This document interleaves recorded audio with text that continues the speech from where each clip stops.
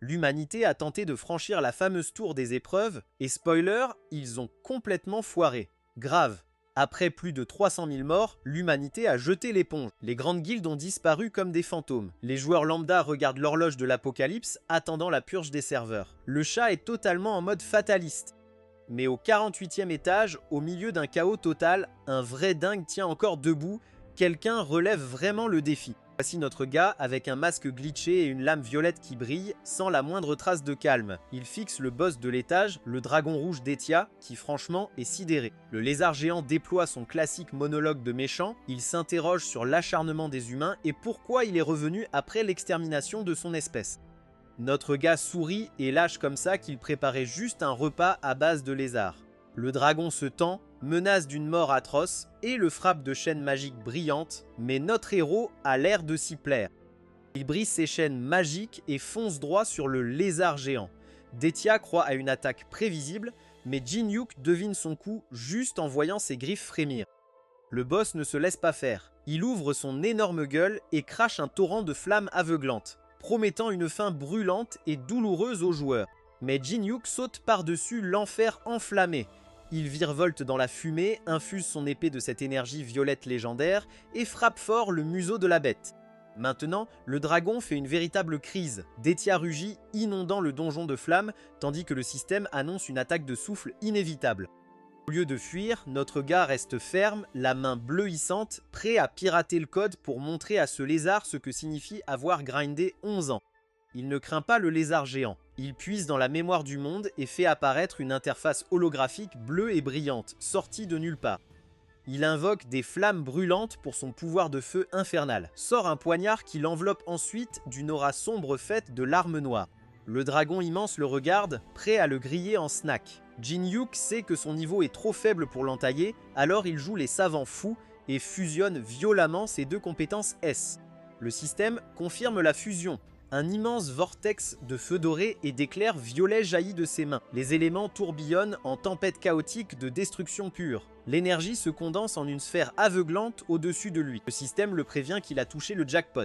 Il vient de débloquer la compétence SSS Souffle du dragon du vide Aetherion. Le boss arrogant perd complètement la raison. Il regarde horrifié le crâne spectral d'Aetherion, dragon ancestral, se matérialiser dans les éclairs violets. Le lézard énorme comprend qu'il vient de défier un dieu. Debout au milieu de cette tempête apocalyptique, notre gars révèle enfin son nom, Kang Jin-Youk. Il sourit en coin. Il fixe le lézard terrorisé et balance un mic drop tranquille. Ce n'est pas leur premier rodéo. Il a déjà farmé ce boss un paquet de fois et il va le refaire. On reconnaît une daube quand on en joue une. Les développeurs te détestent, l'équilibrage est une blague et la difficulté est un vrai manque de respect. Pour notre joueur derrière son clavier, le cauchemar VR qu'est la tour des épreuves est sans conteste le roi de la poubelle. À sa sortie, les gamers hardcore se jettent tête baissée pour la maîtriser, mais ils réalisent vite que ce moulin à viande digitale est imbattable. Les joueurs se font écraser par des troncs géants et digérés par d'énormes slimes tous les jours. Le gardien de la porte est carrément invincible. Les zones arctiques tournent autour de mi-60 degrés, congelant tout le monde en 1 heure. Ah, et il y a un labyrinthe de 10 000 km² pour te faire perdre ton temps. Naturellement, les joueurs pètent un câble et balancent leur casque VR à travers la pièce. La base d'utilisateurs chute, le jeu meurt, mais quelques dingues refusent d'arrêter et continuent à défier ce cauchemar impossible. 11 ans plus tard, notre héros épuisé réalise l'impossible. Une énorme explosion secoue son écran, le système annonce qu'il a conquis le 50e étage. Il reste là, en sang et haletant, abasourdi d'avoir battu le jeu le plus dur qui existe. Après 11 ans de grind dans la VR la plus injuste jamais créée, il conquiert enfin le 50e étage impossible. Au milieu des ruines de sa victoire finale, il s'en veut de ne pas avoir filmé ce moment légendaire, se disant qu'il aurait quand même pu tirer quelques vues de ce bousin. Soudain, une notification système apparaît, le remerciant et annonçant une énorme mise à jour reboot dans 12 heures. Il fixe le texte bleu lumineux, incrédule, se demandant si les devs fauchés ont trouvé du pétrole dans leur jardin pour se payer une update sur un jeu mort. Balançant cette absurdité, il se dit que ce n'est plus son problème. Enlevant son casque VR, le trentenaire prend la lourde décision de prendre une retraite définitive du jeu et du streaming. Regardant la nuit calme depuis sa fenêtre, il réalise que même si tout le monde vante ses skills, taper dans le tas paie pas le loyer et il a besoin d'un vrai boulot pour s'en sortir. Le lendemain, il lance son stream tôt pour une session détendue de bouffe et d'alcool, se faisant immédiatement inonder de messages de viewers préférant ses mukbangs à ses parties. Mais au beau milieu de l'ambiance cool, il pose son verre, abandonne son air joyeux et fixe la caméra pour balancer son annonce sérieuse finale. Salut tout le monde, j'ai un truc à vous dire. Il baisse sa voix d'un octave, regarde dans la caméra et le chat part en folie, croyant à une annonce de mariage. Mais non, il éclate de rire, avoue qu'il se moque d'eux, envoie un shot de soju et soupire. La vraie nouvelle est bien plus triste. Il compte annoncer officiellement sa retraite demain. Les bouteilles vides sur son bureau traduisent parfaitement son état d'esprit après 11 ans de grind. Le lendemain matin, le percute comme un poids lourd.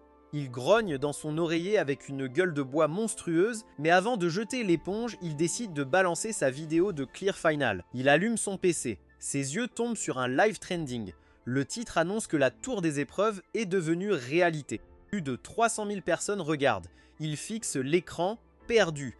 Impossible qu'un jeu mort surgisse dans la vraie vie. Il appuie sur entrée pour voir le buzz. Mais avant d'uploader quoi que ce soit, un live énorme capte son attention. Un streamer panique, une vraie tour des épreuves vient de tomber en plein centre-ville. Et alors que le chat part en folie, le ciel vire à un rouge sang menaçant.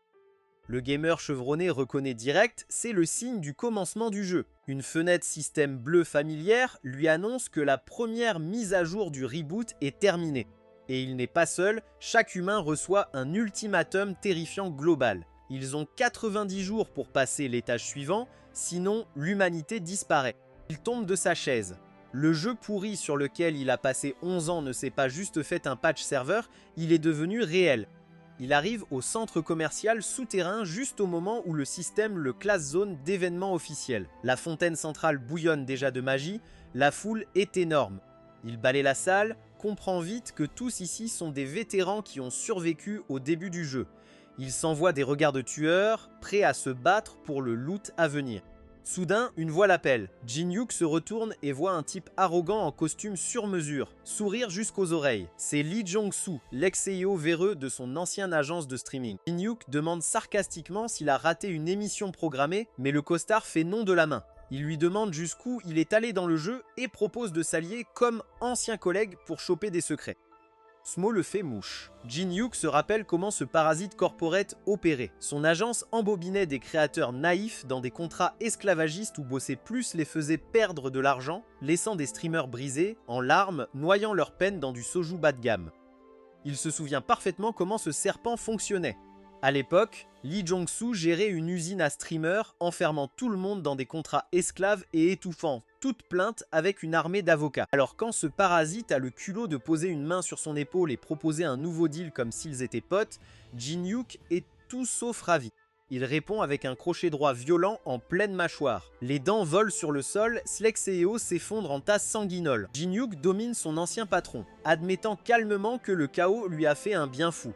Mais la vengeance, ce n'est qu'une quête secondaire aujourd'hui. Comme prévu, la fontaine souterraine se met à briller et bouillonner. Un arbre ancien gigantesque jaillit violemment du béton, déchirant le centre commercial et laissant les badauds complètement sous le choc. L'événement principal vient officiellement de commencer. Notre héros réalise que ses 11 ans de grinds en sueur n'ont pas été vains. La tour des épreuves est bien réelle et pile à l'heure, le mangrove de la coterie fait surgir ses fruits légendaires qui boostent les stats.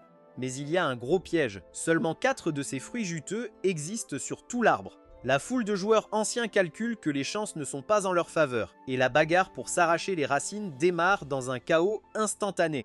La zone entière se transforme en un véritable battle royal. Un gars en costume se fait méchamment plomber par une femme au hasard et se met à geindre sur la puissance de l'amitié et le partage du butin.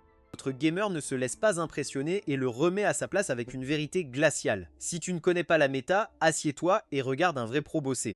Au moment où le mangrove de la coterie explose, la foule perd complètement la tête. Il se marche dessus pour attraper ses fruits rares. Un vénard croque dedans et gagne direct plus 3 en agilité. Mais ces casuals avides ignorent que manger tout le loot déclenche le piège du boss.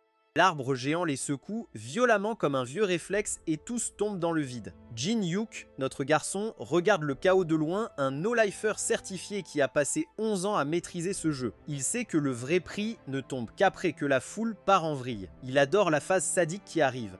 le mangrove devient hostile et plante ses racines massives dans le béton. Un vétéran se rappelle brusquement de ses traumatismes passés. Il hurle qu'il a oublié les mécaniques et qu'il est mort 50 fois ici avant de filer vers la sortie. Pendant que les mobs fuient en panique, notre héros reste calme dans la zone dangereuse. Il repère un type en costume terrifié qui tente de s'éclipser et lui demande gentiment s'il abandonne. Le costard se fait une vraie peur et pleure qu'il ne veut clairement pas finir ici. Jin-Hyuk balance une bombe d'appât monumentale, le vrai butin n'apparaît qu'une fois que tous les fruits sont mangés. Le costume est stupéfait, mais Jin-Hyuk lui lance un regard tellement froid qu'on en frissonne. Comme, pourquoi serait-il juste là à regarder les gens se faire transformer en engrais? Les idées commencent à bouillonner dans la tête du costard. Il réalise que c'est son ticket d'or et affiche un sourire sournois, prévoyant de s'en servir de bouclier humain. Il crache un peu de sang et demande le plan. Jin-Hyuk résume simplement. Ils doivent foncer à 2 directs dans le blender. Y aller un par un, c'est la mort assurée. Ils doivent encadrer cette salade géante en colère pour répartir l'aggro. Il leur lance un avertissement sévère. Une seconde d'hésitation et ils finissent embrochés. Le costard ricane en mode « moi aussi, je suis vétéran ». Jin-Hyuk plante son pied au sol, crie le signal. Et tous deux se jettent dans la zone de mort, tandis que l'arbre démoniaque fouette violemment ses racines vers leur tête. Le costard pleure à chaudes larmes avant qu'une énorme racine ne le transforme en brochette humaine. Notre héros ne cligne même pas des yeux. Il lâche un froid adieu au traître et cible son vrai objectif. Le mangrove déclenche ses lianes. Jin-Hyuk fait déjà des calculs. Il évalue les angles exacts de chaque attaque entrante. 22 degrés à gauche, 35 à droite. Il slalome sans transpirer au milieu de cette pluie mortelle. Pour un vétéran speedrunner, esquiver, c'est du gâteau. Tout ce jeu d'appât finit par payer. Le tronc massif se fend violemment, l'écorce épaisse se décolle, révélant un cœur rouge battant caché au plus profond. C'est exactement comme dans le jeu. La vraie astuce, c'est de forcer le boss à montrer son point faible. Jin-Hyuk ramasse une branche éclatée pour s'en servir de pieu improvisé. Il demande calmement à cette plante mutante géante de lui filer son butin rare et d'épargner les deux. Cette mauvaise herbe géante n'est qu'un mob événementiel tape à l'œil. Il ne donne aucun point d'expérience et ne sert qu'à obtenir une place ridicule au classement. Le mangrove déchaîne ses lianes vampiriques. Jin-Hyuk sait qu'il ne peut pas esquiver tous ces fouets gigantesques, mais il est un vrai no-lifer. Il se concentre, il attrape un débris et se met au boulot. S'il ne peut pas tous les esquiver, il faut qu'il les pare. Il parie ses racines énormes avec son pieu en bois, anticipant parfaitement les angles d'attaque. L'arbre se débrouille comme un fou, déchirant la place en béton. Jin-Hyuk évite la destruction comme si c'était une balade tranquille au parc. Il n'a aucune peur dans les yeux. Plantant ses pieds, il affiche un sourire arrogant. Une petite égratignure sur la joue est son seul dégât. Pour lui, ce combat boss apocalyptique, c'est juste un mardi comme les autres. Il a déjà parcouru ce schéma des milliers de fois. Notre gars danse entre les racines implacables du mangrove, se rapprochant du but. Mais juste avant de porter le coup final, une nuée de papillons lumineux s'échappe de la canopée, des papillons du sommeil. Ces parasites lâchent une poudre somnifère qui t'endort direct si tu la respires. Mais notre joueur n'est pas un zéro qui zappe la démo. La contre-mesure ultime, juste retenir sa respiration, tout simplement. Du grand art cérébral. Les poumons verrouillés, il balance une pluie de coups à main nue. Il martèle l'écorce jusqu'à révéler le point faible de l'arbre, préparant un dernier coup dévastateur direct au cœur du mangrove. Le système annonce son World First Clear alors que la plante mutante massive se fend en deux avant de se réduire en poussière. Avec le mangrove en éclats, notre héros prend une seconde pour savourer ses 11 ans de grind acharné. Toute cette recherche obsessionnelle du pattern paye enfin dans la vraie vie et il est sacrément reconnaissant envers son passé asocial. Mais le système tente direct de le doxer, exigeant son vrai nom pour la diffusion du Hall of Fame. Ouais, pas moyen. Jin-Hyuk sait que mettre sa vraie identité sur les classements mondiaux, c'est s'attirer harcèlement gouvernemental et recruteur de guildes relous. Il refuse net de coopérer, forçant ce système à trash à faire un compromis. Il est enregistré comme Nuggle, avec mosaïque sur le visage et voix trafiquée pour la rediffusion. Anonymat sécurisé, Jin-Hyuk retourne au vrai prix. Il plonge la main dans les restes lumineux et éclatés du tronc du mangrove, fouinant dans ce compost magique jusqu'à sentir ce qu'il cherche. Bingo, il sort l'orbe de l'arbre. Certes, ces fruits rouges pour lesquels la foule s'est déchirée étaient sympas, mais cette beauté verte cache un item cassé de folie qui file 12 points de stat bonus. C'est l'équivalent de 4 niveaux gratos, juste pour ouvrir un morceau de bois hostile géant. De loin le loot le plus rentable de toute la tour, et notre gars vient de l'empocher. Notre héros récupère l'orbe de l'arbre lumineux dans les débris. C'est littéralement l'item le plus cheaté et rentable des 50 étages. Il le consomme comme une pastille et dégage une puissance pure et brute. En ouvrant sa fenêtre de stats, le résultat est sans appel. Il vient de gagner 12 points de stats gratuits dès le niveau 1, l'équivalent de monter 4 fois instantanément. Avec un sourire arrogant, il se proclame officiellement le joueur le plus fort du jeu. Une heure plus tard, la nouvelle explose en ligne, les forums partent en vrille, les guerriers du clavier et gamers à la traîne inondent les commentaires de pure poudre aux yeux, affirmant que le clear est fake, qu'il a eu de la chance ou qu'il a triché. Mais ensuite, les vraies images du gameplay tombent. Les haineux se taisent net en voyant ce fou furieux parer une racine mortelle avec un simple bout de bois cassé. Le chat change du tout au tout. Il passe du doute toxique à une admiration pure en réalisant qu'ils assistent à un dieu en action. Pendant ce temps, Argyle regarde son compte principal et voit sa boîte de réception exploser. Un costard d'une grosse boîte de semi-conducteurs tente déjà de le contacter en DM. Il propose un acompte tranquille de 10 milliards de wons juste pour acheter son savoir exclusif sur le jeu. Notre ce gars entre au musée national et trouve un cadavre grillé, croustillant comme un poulet rôti, qui décore le sol. On dirait que l'Ecalypse rend les gens téméraires. Et quelqu'un lui a déjà coupé l'herbe sous le pied. Il sait exactement ce que ce mob cherche, la grande carte de l'Estland. C'est un peu la feuille de triche VIP des 10 premiers étages de la tour, avec tous les labyrinthes, monstres et loot marqués. Qui ne voudrait pas d'un truc pareil? Évidemment, un véritable cheat code suffit à transformer un musée tranquille en un vrai battle royale. Ça castagne, ça casse des artefacts précieux, et ça crie comme des gamins se battant pour la dernière briquette de jus. Au milieu du chaos, un tatoué veut jouer au surveillant et menace de tuer quiconque bouge un sourcil. Mais bienvenue en Apocalypse mon pote, personne n'en a rien à faire. 2 voyous armés le défient direct, lui demandant de passer aux actes.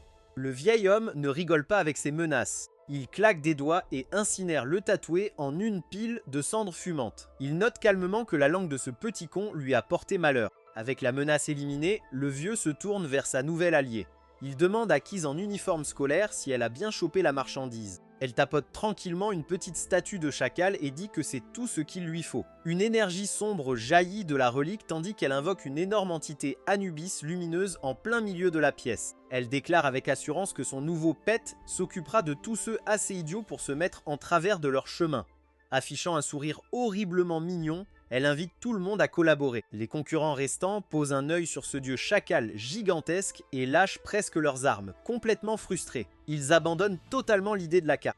La collégienne applaudit joyeusement, les remerciant d'avoir reculé. La bête spectrale massive retombe au sol avec une force qui fracasse tout sur son passage. Le système l'identifie comme une relique de l'époque Chausse, mais ses vraies stats restent totalement secrètes. Un des guerriers chacal grogne à l'arrivée du nouveau. Notre héros esquisse un sourire en caressant son énorme chat. Il se moque de l'entité sombre qui ose montrer les dents au roi incontesté de la montagne. D'un simple doigt, il donne l'ordre d'attaque. Le tigre de Pinewood fonce comme un missile poilu. La réplique d'Anubis tente de se protéger derrière un bouclier, mais c'est peine perdue. Un seul coup de patte massive brise leur défense et projette les guerriers noirs en arrière comme des chiffres molles. La puissance pure de la bête rend la convocation de la fille risible. Rugissant de domination totale, le tigre replonge dans la mêlée. Il balance les derniers gardes chacals comme des poupées de chiffon. La bête plaque ses mâchoires sur leurs armes et déchire leur armure d'ombre. Sang et énergie ténébreuse giclent partout tandis que le tigre déchiquette les entités.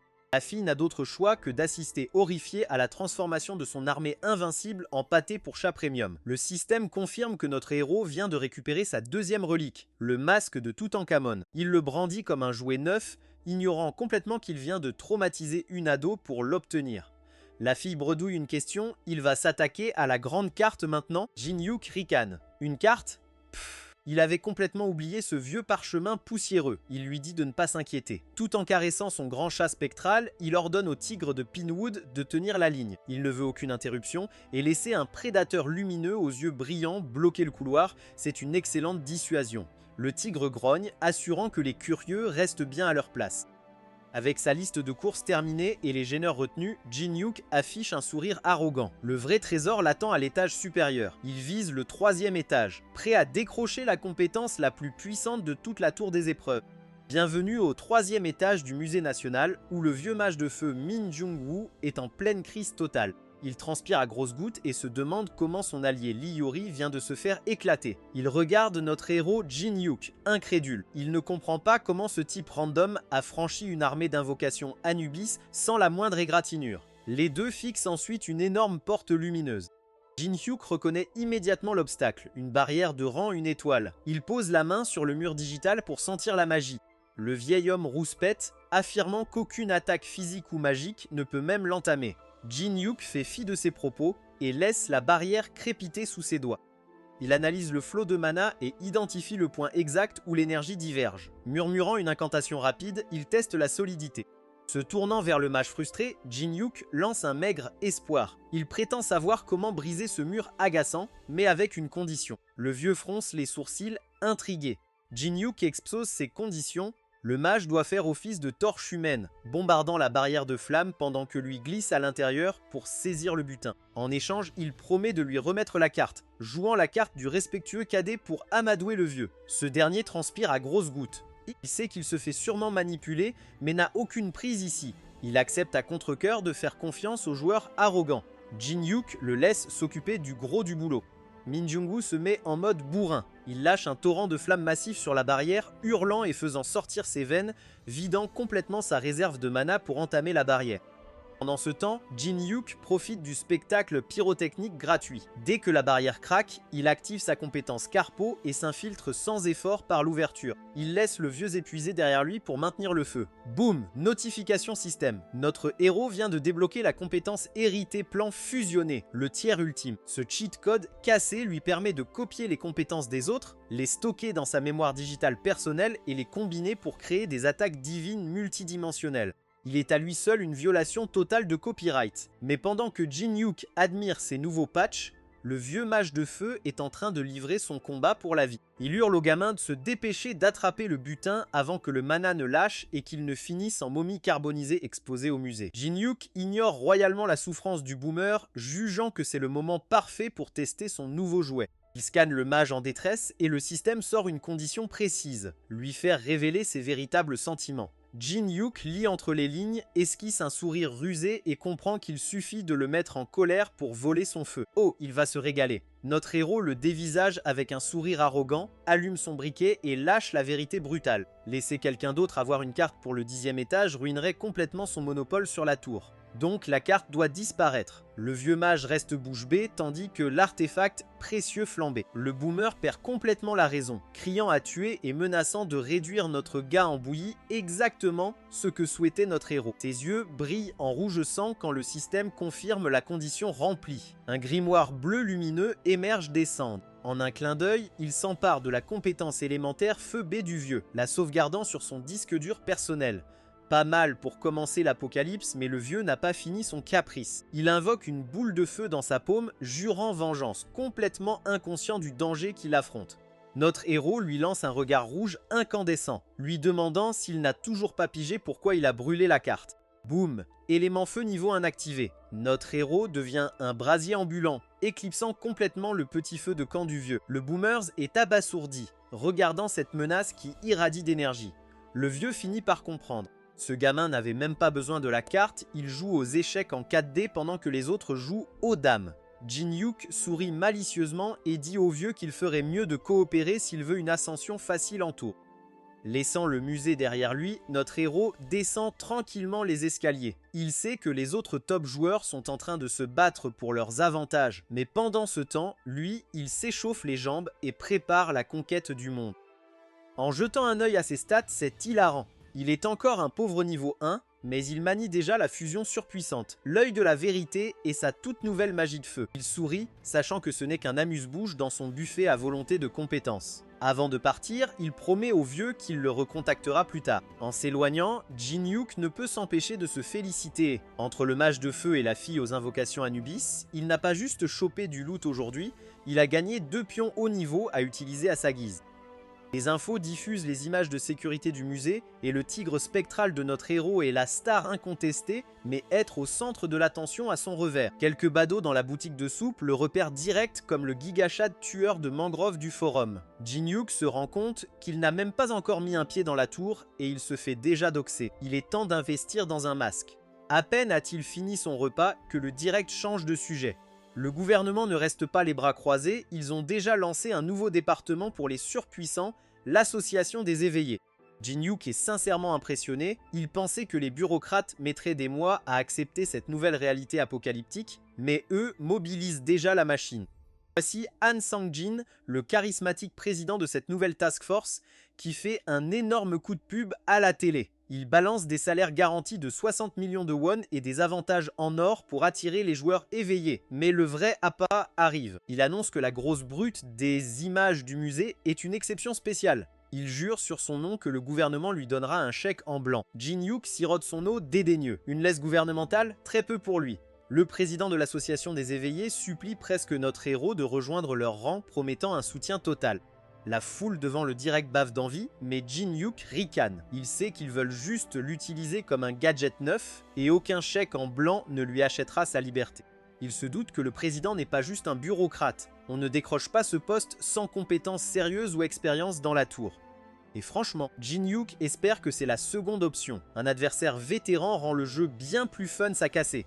Mais assez parlé politique, il est 19h pile, la grande annonce tombe. Le tutoriel est terminé, la vraie tour des épreuves ouvre officiellement ses portes. La tour des épreuves ouvre officiellement et une foule massive de nouveaux éveillés envahit la zone de départ. Notre héros Jin-Hyuk jette un œil à cette foule pleine d'étoiles dans les yeux, les repérant instantanément comme de parfaits débutants. Le système offre à tous 100 pièces en cadeau de bienvenue, mais la vraie machine à sous, c'est le nouveau système de diffusion. Les joueurs peuvent streamer leurs combats de boss et donjons au monde entier, engrangeant grosses sommes selon leur audience. Jin-Hyuk sourit, sachant exactement comment exploiter ce système. C'est le concours de popularité ultime. Plus un joueur a l'air flashy et prometteur, plus les spectateurs branchés vont se connecter, transformant la renommée en or massif. À cette annonce, la foule avide se rue vers la grotte des gobelins pour farmer du contenu facile et s'enrichir vite, bousculant violemment Jin-Hyuk dans leur course folle pour la gloire. Mais notre pro-gamer ne compte pas suivre le troupeau. Pendant que le reste du serveur se bat pour glaner quelques sous dans la grotte des gobelins, notre gars Jin-Hyuk prend tranquillement la direction opposée. Il sait que poster des vidéos pour des broutiles, c'est le piège à débutants. Pourquoi se contenter de quelques pièces quand on connaît la wiki du jeu par cœur ? Il est déjà calé sur un coin caché que personne d'autre ne soupçonne. Il repense à ses jours de gamer acharné. À l'époque, il avait buté sur un mur à peu près au niveau 30. La seule solution, c'était de revenir en arrière et de fouiller toutes les ruines abandonnées à la recherche de récits anciens et d'objets secrets. Mais découvrir cette solution secrète s'est soldé par une grosse désillusion. Après des années de sueur et de grind, Jin-Hyuk a pigé que toute sa construction de personnage était fondamentalement nulle. Imaginez passer des milliers d'heures dessus pour finalement voir que vos stats sont complètement pourris. La frustration est là, mais pour atteindre le sommet, il a dû faire le sacrifice ultime, appuyer sur le bouton « Effacer ». Dans ce labyrinthe sombre, notre gars se fait coincer par une bande de randoms. La fille en veste rose affiche un sourire trop sucré pour être honnête, prétendant qu'il cherchait juste un spot tranquille pour farmer. Mais remontons 10 minutes en arrière. Ces vautours étaient en fait en train de le traquer juste devant l'entrée. Le gars aux cheveux rouges doute carrément de suivre un inconnu dans un donjon sinistre en forme de crâne. Veste rose lui coupe la parole illico. Elle voit nos gars passer la porte et se dit que si un débutant peut entrer sans clé, ça doit être du gâteau. Quand la fille à la bulle de chewing-gum demande s'il partagera vraiment son butin, Veste rose abandonne son air innocent. Elle lance un sourire diabolique et montre qu'elle joue carte sur table. Elle compte bien faire de ce labyrinthe sa dernière demeure pendant qu'ils rafleront tout son matos durement gagné. La fille en rose sourit gentiment et propose une alliance. Elle dit qu'ils peuvent partager le risque du labyrinthe s'ils restent ensemble. Mais notre gars n'achète pas son jeu un seul instant. Soupçonnant qu'elle est la chef du guet-apens, il active son œil de vérité pour voir à qui il a affaire. Il scanne son profil et découvre qu'à peine niveau 1, elle possède une compétence étrange appelée communauté. Le système explique que ça permet de se faire copain-copain avec des inconnus et dissoudre toute tension gênante. Le pro-gamer pense direct à son mini-vampire compagnon. Une compétence sociale aussi perchée serait parfaite pour tenir ses compagnons chaotiques en laisse. Le reste de la bande de bras cassés s'avance pour se présenter. Ils se vantent de leur expérience pitoyable du premier étage comme si ça comptait dans un donjon de rang B. Notre gars leur lance un sourire poli mais totalement faux. Au fond, il devine déjà qu'ils veulent lui planter un couteau dans le dos pour son butin. Il décide de ne pas apprendre un seul nom. Ignorant son silence, la fille en rose s'incruste dans son espace perso pour tenter son coup suivant. Le labyrinthe choisit ce moment pour se refaire une beauté mortelle, déplaçant violemment ses murs et faisant s'effondrer d'énormes piliers de pierre. La fille en rose évite de justesse de finir en crêpe, tandis que toute la bande se démène pour échapper aux débris.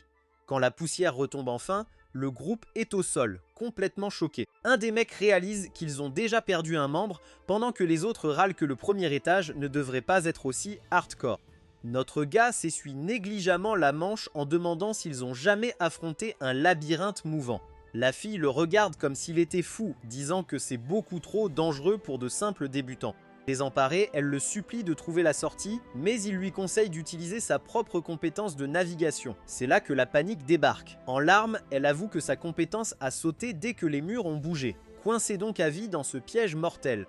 Jin-Hyuk se marre dans sa tête en voyant ses guignols entrer dans un donjon en comptant uniquement sur un GPS basique, comme s'ils faisaient leur course. Mais avant de prendre la fuite, la fille pète un câble. Elle pointe un doigt rageur en sa direction en hurlant que c'est sa faute s'ils ont failli mourir. Bien sûr, le poids mort tourne immédiatement son hostilité contre notre gars. Il l'entoure en gémissant qu'ils gardent tout le renseignement pour lui et qu'ils ont perdu leur pote. Jin-Hyuk soupire. Il n'a jamais demandé à avoir un fan club. D'un regard glacial, il leur balance la vérité crue, c'est eux qui ont choisi de le suivre. Ça brise complètement l'ego fragile du blondinet. Brandissant son bâton lumineux comme un chef d'orchestre fou, il crie qu'il déteste Jin-Hyuk depuis le départ et se jette sur lui. Mais avant qu'il ne lance un coup, une énorme hache de guerre fracasse le sol. Le gardien du labyrinthe vient d'arriver. Un minotaure massif tombe sur la fête des perdants, rugissant et envoyant le blondinet et les autres voler. Notre gars joue littéralement à la corde à sauter avec la hache du boss. En esquivant de justesse les coups mortels, il déclenche un système à risque élevé mais grosse récompense. Le paripet lui accordant un point dans sa toute nouvelle stade de faille. Échanger une petite égratignure contre un bonus permanent, c'est du business malin. Mais même Jin-Hyuk sait que jouer les poulets avec un minotaure finira mal s'il relâche sa vigilance. Il décide donc de finir sa session farming. Pendant ce temps, Parkana et sa bande de traîtres essaient de se barrer discrètement de la salle du boss, mais on ne lâche pas un carry comme ça. Jin-Hyuk leur surgit dessus comme un démon de paralysie du sommeil, presque donnant une crise cardiaque à Hana. Dans une énergie complètement chaotique, il les invite calmement à rejoindre sa partie de balle aux prisonniers. Il vante les gains de stats cachés comme un gars douteux de la crypto-monnaie, juste au moment où la bête enragée s'apprête à lancer un énorme coup d'épée au-dessus de sa tête. La puissance du coup manqué du Minotaure envoie des débris voler, presque éliminant les autres. Il recule en panique, figé par la vague choc. Jin-Hyuk s'avance tranquillement vers la fille figée, la taquinant sur son manque total d'instinct de survie. Il lui dit au moins de se baisser avant de se tourner vers le mastodon. Qualifiant la bête imposante de simple veau, il provoque une charge dévastatrice, l'esquive sans effort, comme s'il quittait une soirée ennuyeuse. Tirant dans le vide, le Minotaure perd les pédales, rugit et détruit le labyrinthe dans une rage aveugle. Pendant ce temps, les survivants terrifiés s'effondrent dans les décombres, priant pour ne plus avoir l'aggro du monstre. Notre gars dévoile son plan maître. C'est un aimant à Minotaure. Il compte utiliser les murs mouvants du labyrinthe pour se soigner, puis jouer à un jeu meurtrier du chat et de la souris dès que le boss charge. Efficace? Oui. Complètement déjanté? Aussi. La fille en veste rose sue à grosses gouttes et pose à la question. Combien de temps va durer ce stage suicide? Notre gars lève un doigt. 1 mois, 30 jours à se faire poursuivre par un gros bourrin avec une hache. Le duo terrifié tente de s'éclipser, mais il les ramène à la dure réalité. Bien sûr, ils n'auront pas un minotaure sur le dos s'ils se séparent, mais errer sans but dans ce piège mortel et mouvant. C'est un game over assuré. Faisant tournoyer son poignard comme un jouet, il leur rappelle qu'ils connaissent ce labyrinthe mieux que les créateurs eux-mêmes, il sait exactement où se trouve la sortie. Conscient qu'ils sont inutiles seuls, il ravale leur orgueil et accepte à contre-cœur de rejoindre son cirque personnel. Un joueur équipé d'un bouclier fonce dans une horde de gobelins en criant. Il tranche les vers comme du beurre et a l'air d'une légende. Mais ce n'est pas un combat en direct, c'est une vidéo virale revendiquant le record du monde du premier étage le plus rapide. Les commentaires partent en vrille sur sa course solo de 15 heures. Les spectateurs lui jurent fidélité et s'abonnent en masse, la vue dépassant le million. Derrière l'écran, notre soi-disant héros solo rigole avec son équipe de soutien. Il se vante de la facilité avec laquelle le public gobe son contenu. Son monteur lui lance un sourire en coin. Il se flatte d'avoir masqué l'effort de groupe énorme grâce à des montages astucieux et des effets subtils. Un commentaire d'un utilisateur nommé Homme Chauve Humain plombe l'ambiance. Il prétend qu'un de ses potes a terminé le donjon en 5 heures. Le faux héros écarte ça comme de la jalousie. Il commence son sermon sur les pionniers talentueux qui dominent le monde, ignorant le regard de choc sur le visage de son monteur. Mais leur petite fête est éclatée quand une notification du système balance une toute nouvelle vidéo mondiale dans le Hall of Fame. Elle leur vole la première place et la miniature laisse bouche bée. Quelqu'un a réussi à améliorer un poignard jusqu'au niveau plus 10. L'équipe de soutien perd la tête, hurlant devant l'écran parce que les chances mathématiques de réussir, ça sont quasi nulles. Pendant ce temps, l'homme du jour joue au conseiller de camp dans le labyrinthe. Jin-Hyuk tape dans ses mains et ordonne à ses nouveaux stagiaires d'arrêter de patauger comme des statues et d'aller chercher de la mousse et du bois. Le blond fait claquer sa langue, agacé, mais Jin-Hyuk lui lance un petit geste malicieux de la main. Il a ses propres affaires à gérer de toute façon. Libéré de ses larbins, notre gars ouvre l'interface de la boutique système. Grâce à ses exploits récents, il a un joli pactole de 5000 pièces. Il est temps de faire du shopping. Il parcourt le catalogue numérique lumineux, tapotant du doigt à la recherche des ingrédients parfaits pour son prochain coup de génie. Au lieu de prendre du matos haut de gamme, il dépense son argent durement gagné dans de la vraie camelote. Il attrape des cartes de tarot enchantées F, un fragment de clé en bronze érodé F et un fragment de roue en bois E. Pour tout le monde, c'est littéralement payé pour des déchets, mais Jin-Hyuk sait exactement ce qu'il fait. Comme d'habitude, le Minotaure apparaît pour gâcher la fête. Le labyrinthe déplace ses murs pour pimenter un peu le truc, mais notre Jin-Hyuk danse presque dans la zone périlleuse. Il esquive chaque coup comme s'il connaissait les attaques du boss par cœur, et c'est le cas. Pendant ce temps, Pink Jack et son pote perdent complètement la tête. Ils lisent le chat en direct, et les viewers traitent Jin-Hyuk de psychopathe poli parce qu'il les traîne avec lui alors qu'ils veulent juste le voir crever. Pinky tente de fouiller ses streams passés pour trouver un point faible. Pas de bol pour elle, toute sa trace digitale est verrouillée plus que Fort Knox. Elle demande à son complice s'il a réussi à SS son grand frère à la guilde du Corbeau Noir. Oui, mais le sauvetage est estimé dans 3 semaines. 3 semaines à manger de la mousse et à éviter des monstres bodybuildés, c'est ni pour eux. Alors, Raider propose un plan génial, infaillible. S'ils tuent le pro-gamer endormi maintenant, ils peuvent camper dans une salle sécurisée jusqu'à ce que le grand frère arrive. Il attrape la roche la plus lourde à porter. Il s'apprête à fracasser le crâne de Jin-Hyuk pendant qu'il pionce. Qu'est-ce qui pourrait mal tourner ? Profond dans le labyrinthe mouvant, un survivant désespéré décide de prendre les choses en main et tente d'assommer notre héros pendant son sommeil. Grosse erreur, Jin-Hyuk attrape son poignet en plein élan, sans même ouvrir les yeux. L'assassin potentiel se fige, réalisant que provoquer ce monstre physiquement, c'est signer son arrêt de mort.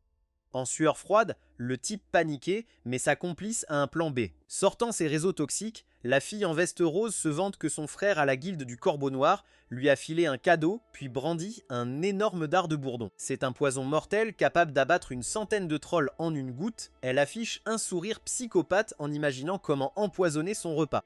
Conscient de tout, Jin-Hyuk se réveille et commence à critiquer le menu. Il râle que manger de la mousse grillée et des champignons avec des baguettes en os de chauve-souris, ça fait survie low cost. Jin-Hyuk joue pile dans leur piège, il demande calmement à Parkana de lui passer l'eau et réclame une autre portion des champignons douteux au même gars qui vient de tenter de le trucider.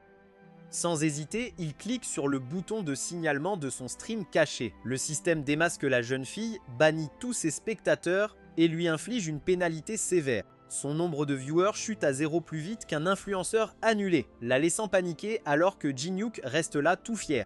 Pile au bon moment, la sanction arrive. Le sol tremble tandis que le gardien du labyrinthe, un minotaure immense et furieux, fonce dans le couloir. Il rugit comme s'il venait d'écraser une brique de Lego et fixe leurs yeux rouges brillants. Paniquée, Anna attrape le bras de Jin-Hyuk et le supplie de dire où ils doivent fuir, mais lui c'est ce regard froid et arrogant qui répond. Il lui rappelle calmement qu'elle vient littéralement d'essayer d'empoisonner son déjeuner. Alors pourquoi il lui dirait quoi que ce soit ? Une fois débarrassés des indésirables, ils sont enfin seuls quand le système intervient. Bam, 48 heures passées à garder ce drapeau rouge vivant ont payé, Jin-Hyuk copie avec succès sa compétence de commune rancée.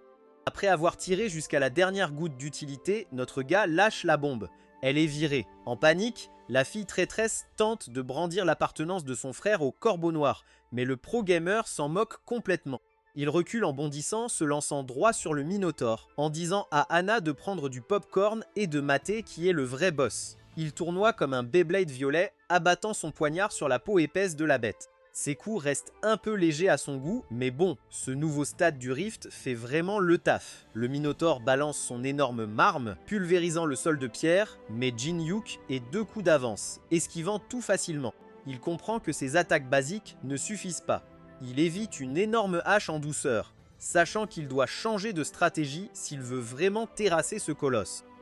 Alors il fait appel à la magie du feu qu'il a volé au musée. Un pilier de flammes géant jaillit sous la bête, grillant le taureau et le repoussant violemment en arrière. Avant que le monstre ne réagisse à la chaleur, le gars en costume fonce et tranche sa jambe. L'impact force le gardien à s'agenouiller, haletant. Debout, son poignard brillant en main, notre gars dit à la bête d'arrêter de gigoter autant. Il se plaint que les muscles tendus, c'est trop dur à trancher, un sourire arrogant aux lèvres en attendant son piège. Comme prévu, le monstre mord à la hameçon. Ses yeux deviennent rouges furieux, activant son état berserker niveau 10 avec un rugissement qui fait trembler tout le labyrinthe. Jin-Hyuk ne sut même pas. Il dit calmement au mastodonte d'arrêter ses mouvements désordonnés. Il trouve que la viande devient trop coriace quand le monstre est tendu. Il attend juste le bon moment. Bingo, le Minotaure craque et déclenche son berserker niveau 10. La bête devient folle, frappe le sol et se couvre d'une aura verte toxique, ses stats explosent. Jin-Hyuk esquive les ondes de choc comme une danseuse, il reste totalement impassible. Pendant ce temps, la fille en rose sur le côté perd complètement la tête en se demandant comment ils vont survivre à ce boss de raid. Et ce n'est pas un simple timer de rage. Le buff Berserker niveau 10 ne booste pas que l'attaque et la vitesse de 30% pour 5 minutes, il augmente aussi son intelligence. Soudain, le taureau géant se met à balancer du trash talk fluent, promettant de déchiqueter Jin-Hyuk et d'éparpiller ses morceaux dans le donjon. Avec le berserker activé, Jin-Hyuk s'en fiche. Il serre son poignard brillant, ressent la douce efficacité de son nouveau stade du Rift. Il balance un sourire arrogant et défie le mastodonte. Le Minotaure balance son énorme hache en hurlant qu'il va l'écraser, mais Jin-Hyuk ne daigne même plus esquiver. Il affronte la bête de front. Il part parfaitement les coups lourds et redirige l'énergie cinétique comme un dieu du pari. Des étincelles volent tandis qu'il danse à travers les ondes vertes. Il tourne et dévie chaque coup avec une aisance déconcertante. Dans le public, sa future apprentie fait une crise existentielle totale. Elle réalise qu'il bloque carrément une attaque de boss niveau 10 qui aurait anéanti toute sa guilde. Elle est bouche bée. Elle se demande comment ce dingue peut sourire et rire en affrontant un boss de raid. Le temps semble suspendu. Jin-Hyuk repense au poids écrasant de son ancienne réalité stagnante. Un monde où, peu importe ses efforts, il tombait dans le vide absolu du pouvoir inexistant. Et c'était avant, maintenant, il engrange 57 points de stat rift gratuits juste en jouant à la danse des matadors. Revenu au présent, il est prêt à renverser ce monde apocalyptique. Canalisant la pression spectrale de son tigre en bois de pin, il entre dans la zone dangereuse, bloque sans effort un coup qui aurait pu le réduire en purée, et le système lui remet un autre fragment de point RIP. Il ne fait pas que survivre, il en met plein la vue au boss. Jin-Hyuk dévie un coup terrassant, envoyant des ondes de choc dans la caverne, faisant sursauter le mastodon. Il esquive les swings verts du Minotaure comme une chorégraphie bien huilée. Reculant pour se repositionner, Jin-Hyuk transpire à peine. Le Minotaure est furax, se moquant de lui en prétendant qu'il ne laisse que de petites égratignures. Mais il ignore qu'il n'est qu'une ferme à XP ambulante, avec un compte à rebours très strict. Le colosse enfoncé parle fort, prétendant que notre gars ne fait que des micro-éraflures. Le boss balance sa hache massive de toutes ses forces, mais notre costumé esquive en dansant dans les airs. Il fait un salto et atterrit avec grâce, indifférent à la grosse masse d'armes fracassantes autour de lui. Et voilà, le temps est écoulé. Le timer de 5 minutes du berserker s'arrête, le système coupe les pouvoirs du monstre. Le boss le fixe, bouche bée, quelques secondes avant de subir la lourde pénalité. Forcé de dépasser ses limites, la bête est suspendue pendant 24 heures obligatoires. Le taureau géant s'effondre, paralysé et gémissant de défaite. Notre gars ouvre son écran de statut pour checker son haul. Il a farming 57 points de stat rift juste en jouant à chat perché 5 minutes. Il balance un sourire arrogant en réalisant qu'il peut facilement atteindre son objectif de 100 points avec cette technique. La fille en rose fixe le boss paralysé, hyperventilant. Elle comprend que le monstre va se réveiller demain et recommencer à leur courir après. Mais notre gars se retourne et balance un signe de paix sûr de lui. Il lui rappelle tranquillement qu'ils sont coincés dans ce labyrinthe pour un mois entier, alors 20 jours, c'est largement suffisant pour régler ses affaires. Fidèle à sa parole, ce fou furieux transforme le boss effrayant du labyrinthe en son mannequin d'entraînement perso. Dès que la bête sort de sa sieste, il retourne esquiver cette énorme hache lumineuse pour gratter encore plus de stats. Jin-Hyuk continue d'éblouir le géant, enchaînant les coups comme s'il jouait à un jeu de rythme. Chaque parade parfaite augmente sa stat cachée de faille jusqu'à atteindre le fameux score de 100 points. Pile au bon moment, le buff de Berserker du Minotaur expire, la bête énorme se ramollit instantanément en un tas lent et épuisé. Jin-Hyuk ne transpire même pas en lui assénant un uppercut brutal, piétinant son groin et lui annonçant que c'est l'heure de l'abattoir. Avec le boss hors course, notre héros affiche un sourire presque machiavélique et se tourne vers la traîtresse en veste rose. Il balance à la légère qu'il doit trouver comment se débarrasser d'elle, la plongeant dans une panique totale.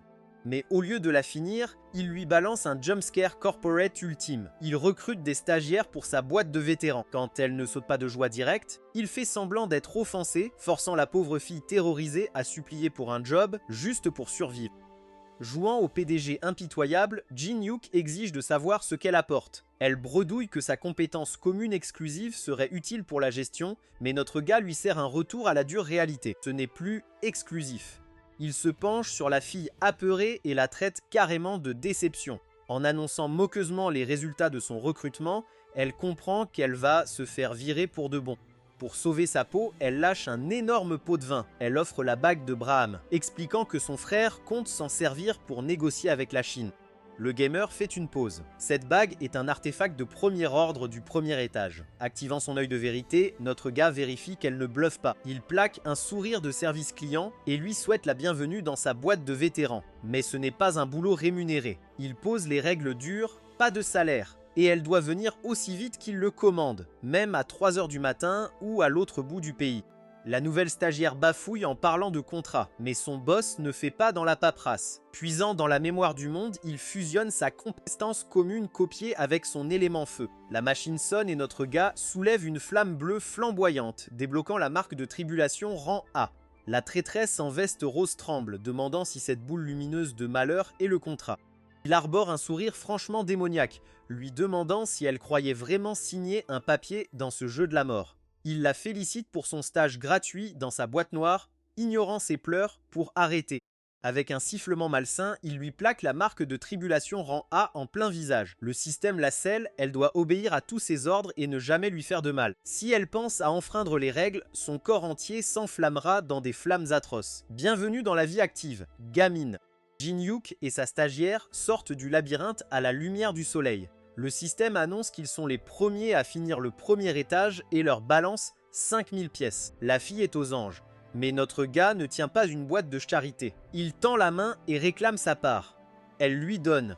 Et son butin dépasse les 10 000 pièces. Il est clairement le joueur le plus riche du jeu. Il lui donne un délai sévère de 3 jours pour récupérer la bague de Braham. Elle ose grogner que c'est trop court. Jin-Hyuk active tranquillement sa nouvelle marque de tribulation, lui plaque une empreinte rouge lumineuse sur le visage. Le stage non payé commence officiellement. Pendant ce temps, dans le monde réel, ça bouillonne. Les infos hype la meilleure faction coréenne, la Guilde Angan, tandis que le reste du monde se fait écraser par la tour. Ces gars-là se lancent dans le défi du boss du 3e étage en une semaine seulement. Jin-Hyuk regarde le direct, secouant la tête. Il comprend pourquoi ils se précipitent, ils veulent tous les ressources juteuses de la tour. Tenter un speedrun d'un jeu de la mort après un seul mois, c'est juste dire adieu. Jin-Hyuk jette un œil aux stats de son ancien pote. Taimin a l'aptitude roi des machines, un drain de mana monstrueux parfait pour la guerre totale. De son côté, Yeonhwa mise sur Kyokushin Taekwondo pour des bastons au corps à corps serrés. Ils sont tous deux autour du niveau 12, preuve qu'ils grindent ensemble. Et le meilleur, le système envoie à Jin-Hyuk une notif bien croustillante. S'il fait monter ces deux-là jusqu'au 20e étage, il pourra copier leurs compétences exclusives, jackpot assuré. Mais avant de commencer son plan, Taimin le ramène à la réalité en demandant son pseudo en jeu. Jin-Hyuk grimace à s'en décrocher l'âme, son pseudo de 11 ans d'âge était Pet Crotte. Ouais, notre gars est une vraie légende. Pour changer de sujet, il balance qu'il était streamé, ce qui laisse Taimin bouche bée. Taemin rigole et propose de laisser tomber les politesses. Après tout, ils s'entraident dans l'enfer virtuel depuis des années, pas la peine d'être guindés. Jin-Hyuk accepte avec plaisir. Après un mois à gérer des costumes avides, des traîtres et de vrais psychopathes qui veulent empoisonner son repas, boire un café normal avec ses potes de jeu, c'est exactement ce qu'il lui faut. Taemin et Yeonhwa mettent notre gars au courant du dernier mois de drama. Les grosses guildes bougent, les streamers cherchent la lumière et une secte louche appelée les démons kidnappent du monde. Taemin demande si Jin-Hyuk a loupé le test d'entrée obligé puisqu'il était Maya. Jin-Hyuk mange une glace menthe choco tranquillement et confirme. En chemin, Taemin explique la nouvelle méta. Puisque les débutants se font tailler en pièces, l'association des éveillés a bouclé la tour. Maintenant, il faut passer un test et se faire tatouer un code barre au poignet pour entrer. Jin-Hyuk capte direct le bluff médiatique. Le président de l'association utilise juste la mortalité comme excuse pour débusquer et monopoliser les meilleurs joueurs cachés. Ils arrivent au gigantesque centre de test. Les enjeux sont simples. Échoue au test, tu reçois un rang F et finis ta carrière d'escaladeur. Mais si tu cartonnes, tu deviens VIP, pisté par le gouvernement et toutes les guildes d'haut niveau du pays. Le mec en costard serre ses doigts éclatés et hurle comme un putois. Notre gars se contente de siroter calmement sa bouteille d'eau. Complètement humilié, le costard fonce pour la revanche. Les passants paniquent et se jettent hors de la zone d'impact. Notre gars les prévient calmement de reculer avant d'écraser la bouteille plastique et de balancer un jet d'eau dans les yeux de son assaillant. Aveuglé et paniqué, le costard est complètement à l'air. Il balance la bouteille vide comme une batte et envoie le type voler à travers le hall. La foule est bouche bée. Il pense que l'idiot a simplement trébuché. Mais une femme apeurée, au fond, reconnaît le conquérant masqué et tremble comme une feuille. Avant qu'elle ne puisse trahir sa couverture, un énorme brute intervient et ordonne à tous d'arrêter. Notre gars active son œil de vérité pour scanner ce nouveau venu. Le système affiche une grosse erreur rouge. L'écart de niveau est trop grand. Puisque notre gars est encore niveau 1, ce géant doit dépasser le niveau 20. Le grand costaud croise les bras et ignore le combat, disant que le costard n'est qu'un idiot utile. Notre gars comprend vite pourquoi ce colosse garde le gamin. Tout tourne autour d'une fameuse chaîne d'approvisionnement d'un objet très convoité appelé le ginseng coréen. Il lâche le nom et le géant commence à transpirer à grosses gouttes. Au lieu d'expliquer comment un beau zéro connaît ses infos top secrètes, le gamer change de sujet. Il dit au géant de fermer sa gueule et poser une vraie question, comme comment soigner les effets d'un coup de racine crue. Ça fait trop mal, le grand sort un bouclier Blackout niveau 3. Il plonge le centre de test dans une coupure digitale pour garder leur conversation secrète. La foule pète un câble alors que des murs glitchés les enferment comme dans Matrix. Tout le monde sort son téléphone croyant tomber sur un raid surprise de boss. Mais notre gars ne cligne même pas. Il allume son propre mur magique, histoire de montrer qu'il n'est pas un troll qui fume du vent. Vous voyez, le ginseng coréen est un top niveau pour récupérer endurance et mana. Mais si tu le manges cru comme un sauvage, tu te prends un malus d'empoisonnement magique sévère. Et devinez qui possède le seul antidote. Notre gars lève 3 doigts et lâche une petite leçon de jeu. Ce poison du ginseng cru, c'est facile à gérer. Il suffit de mélanger l'extrait de Karasun, une pierre de clair de lune, et une racine de mandragore. Sachant que la guilde cherche désespérément cette racine, Jin-Hyuk donne direct les coordonnées de spawn. Kitaï commence à transpirer à grosses gouttes. Les infos de ce gosse tombent pile avec ses recherches top secrètes. Jin-Hyuk balance un sourire arrogant, demandant s'ils sont chauds pour un deal. Mais Kitaï refuse de filer les clés du royaume si facilement. Il dégaine une épée large dorée, grognant que 10 de leurs donjons monopolistiques les plus rentables, c'est un prix complètement abusé. Il décide de tracer une ligne rouge et de donner une leçon à ce rookie. Erreur fatale. Les yeux de Jin-Hyuk s'illuminent d'énergie violette tandis qu'il lui sert une bonne dose de réalité. Kitaï comprend complètement de travers qui est vraiment aux commandes ici. Notre gars sort sa dague qui crépite, prêt à passer à l'action, juste au moment où la barrière de Blackout se brise et que son pote en costume, Taemin, débarque de nulle part, prêt à en découdre. Dès que la barrière tombe, Yeonhwa et Taemin se retrouvent face à face, prêts à en découdre avec tout le centre de test. Taemin supplie pour avoir le feu vert afin de leur régler leur compte, mais notre gars se contente de sortir tranquillement et de dire à son équipe de se calmer. Il a déjà obtenu ce qu'il voulait. L'équipe de Kim Kutaï commence à s'éloigner, mais un de ses gros bras n'a pas capté le message. Il veut jouer au héros et fonce sur Jin-Hyuk, mais son propre chef le plaque au sol direct. Le gros bras sait que Jin-Hyuk est hors de leur portée, laissant le pauvre gars à bout de souffle, pendant que la foule se demande ce qui vient de se passer derrière cette barrière. Pendant ce temps, Park Hae-jin bouillonne dans son coin, torturant sa main écrasée. Il jure de tuer Jin-hyuk coûte que coûte, ce qui honnêtement le rend presque mignon. Plus important encore, sa colère atteint son paroxysme. C'est exactement la condition de copie dont Jin-hyuk avait besoin. Et voilà, notre gars s'empare sans effort de la compétence respiratoire superficielle de rang D de Jin. Merci pour le butin gratuit, espèce d'idiot. Avec la colère de Jin au max, notre héros s'approprie sa compétence passive de respiration superficielle. Laissant la racaille au sol pour qu'elle réfléchisse à ses choix de vie, Jin traverse la foule qui chuchote et se dirige droit vers son test d'éveil. Il consulte le tableau des scores et constate que son stagiaire non payé a fait un bon score avant que le surveillant ne l'appelle sur le terrain. Les règles sont simples, taper une pierre magique pour mesurer son potentiel. Jin-hyuk sort nonchalamment sa dague violette brillante, convaincu que son arme basique suffit largement. Mais au lieu d'approcher la pierre de débutant, il s'avance directement vers la grosse pierre magique de grade moyen. Le surveillant commence à transpirer et le prévient d'utiliser la pierre de bas grade, parce que les gens normaux ne font même pas une égratignure à la grosse. Ouais, normal n'est pas vraiment dans le vocabulaire de Jin-hyuk. Ignorant le gars aux lunettes, il pousse son stat de faille caché à fond et lâche un coup rougi brûlant qui fait haleter le surveillant. Jin-hyuk canalise toute la frustration accumulée à esquiver un minotaure pendant 1 mois et assène un coup si fort qu'il tranche littéralement la pierre magique en deux. Le surveillant est complètement bouche bée. La plupart des candidats peinent à faire bouger la pierre, alors la découper comme un bloc de tofu chaud, c'est un exploit. Le système balance un rang S à notre héros avec un score de puissance magique au-dessus de 20 000. Le surveillant s'active pour signaler cette anomalie à ses supérieurs, mais Jin-hyuk refuse de laisser tomber son profil bas dès le premier jour. Il demande poliment au costard de retarder le rapport d'1 semaine. Et quand je dis poliment, il sort sa dague violette brillante pour lui donner un petit cours de vie dans la rue. Il rappelle au type qu'une lame sous la gorge, c'est bien plus flippant que quelques règles administratives lointaines. Le surveillant comprend très vite le message. Avec son faux rang F en poche, Jin-hyuk retrouve son stagiaire préféré, Park Hana. Elle lui tend un anneau de Brahm, un bel objet de rang A qui supprime la magie des monstres. Elle le supplie d'enlever la marque sur son visage puisqu'elle a tenu sa part du marché. Mais Jin-hyuk lui lance son classique « On verra comment tu te débrouilles au dips ». Sacré sans pitié. Pendant ce temps, ses potes gamers vétérans regardent son badge officiel F comme s'ils regardaient un bug dans la matrice. Ils ne comprennent pas comment le mec qui vient de tous les pulvériser se retrouve tout en bas du classement. Vu que son rang F est juste temporaire, Jin-hyuk dit à son nouveau stagiaire de continuer à grimper la tour pendant qu'il réfléchit à sa prochaine étape.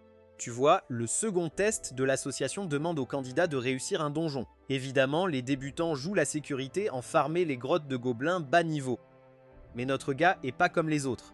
Il cible les ruines inexplorées du premier étage, un endroit gâché par une démone très intense. Pour entrer discrètement, Jin-hyuk enfile une salopette et infiltre un raid de guilde en mode porteur lambda, sous le nom de M, Kang. Et franchement, gérer des aventuriers grossiers qui lui balancent des canettes sur la tête va mettre sa patience à rude épreuve comme jamais un boss ne l'a fait. Comme les rangs F ne peuvent pas se balader dans les ruines haut niveau, notre gars met un déguisement et infiltre la zone montagneuse du premier étage en porteur. Il traîne des caisses jaunes énormes pour se fondre dans la masse, jouant le rôle du gars désespéré qui essaie de gagner un peu d'argent pour survivre. Mais là, son collègue sort l'arme finale. Une photo de sa famille adorée. Jin-hyuk transpire à grosses gouttes, exhibant femme et enfants juste avant un raid, sérieux ?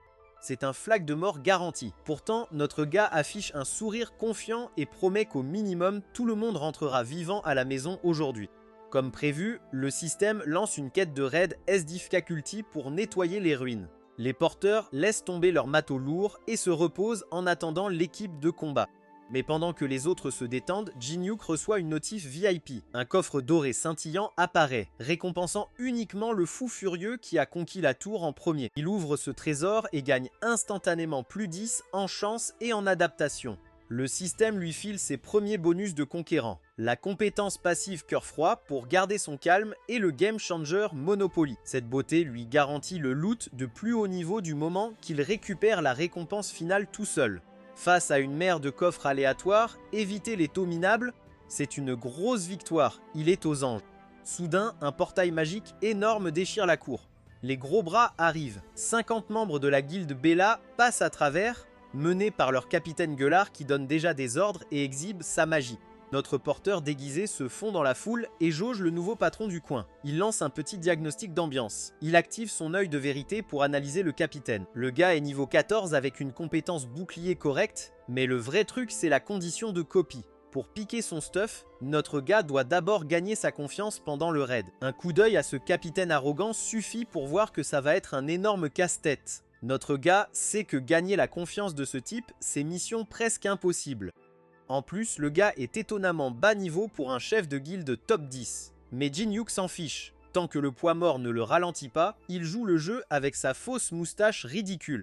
Le groupe s'enfonce dans les ruines envahies par la végétation. Un mage à capuche prévient les porteurs de rester proches avant que l'obscurité totale ne les avale. Jin-Hyuk active son éclairage au moment même où le mage allume un cristal rouge lumineux pour éclairer le chemin. La lueur magique dévoile une immense salle ancienne grotesque, couverte de monstres massacrés. Les porteurs normaux sont pétrifiés par les sculptures en pierre effrayantes et la quantité de carnage laissée par l'équipe d'avance. Un éclaireur en armure fait signe au groupe principal de se regrouper, mais Jin-Hyuk fronce les sourcils. Il analyse l'équipe avancée souriante et repère direct un énorme drapeau rouge.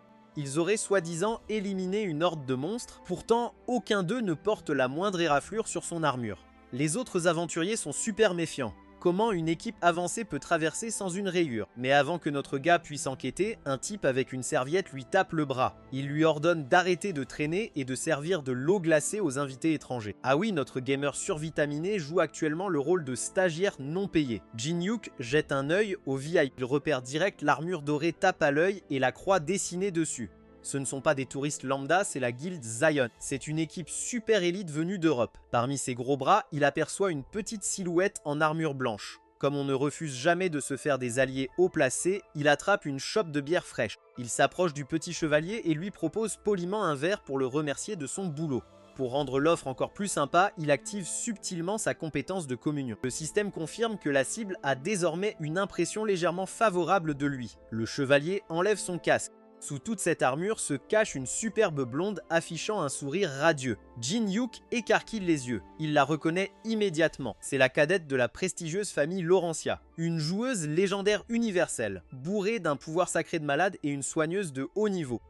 Jin-Hyuk observe la célèbre sainte boire son eau glacée. Il comprend quelle est la seule raison pour laquelle ce raid n'a pas encore été décimé, mais ça lui paraît illogique. Une joueuse de ce calibre, Teresa, devrait être en train de farmer les étages supérieurs, pas de traîner dans une ruine pour débutants. Curieux, il active son nul de vérité pour jeter un œil à ses stats. Le système lui balance direct un gros refus parce que son niveau est trop élevé. Mais notre gars est à part. Sa chance et ses stats d'adaptation surboostées compensent complètement la pénalité de niveau, forçant le système à monter sa compétence et ouvrir son profil.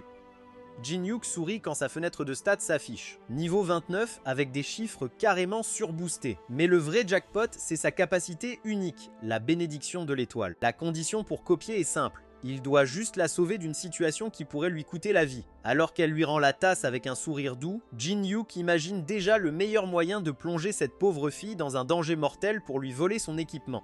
Jin-Hyuk reprend la tasse avec un sourire poli, mais dans sa tête, le garçon est déjà en train de manigancer. Pour copier son talent de chevalier sacré de haut niveau, il doit créer une situation mortelle pour la sainte afin d'arriver en héros. Mais avant même de pouvoir élaborer un plan, un cri de panique résonne dans les ruines sombres. Un sbire de la guilde Bulei arrive en courant, en sueur, pour annoncer une énorme catastrophe. Les gardes chargés de surveiller le gardien du donjon viennent d'être éliminés. Comme prévu, le système lance une alerte terrifiante. Le système de sécurité défaillant, surnommé la bombe dormante, a été déclenché par un idiot bien inconscient. Un gigantesque compte à rebours rouge s'affiche. Il leur reste 10 minutes avant que les gardiens ne se réveillent pour tous les massacrer. Le sbire perd totalement la tête. Avec le temps qui file, il sait que leur équipe n'est absolument pas assez forte pour affronter les gardiens éveillés. C'est une mission suicide pure et simple. Il calcule déjà le nombre de cadavres s'il ne file pas au plus vite. Un joueur solo est soulevé en hurlant alors que le système de sécurité part en vrille. Mais le capitaine têtu refuse de battre en retraite. Il ordonne à ses hommes d'avancer malgré l'absence de renfort. En sueur, il mise tout sur la sainte pour les sauver dans le chaos.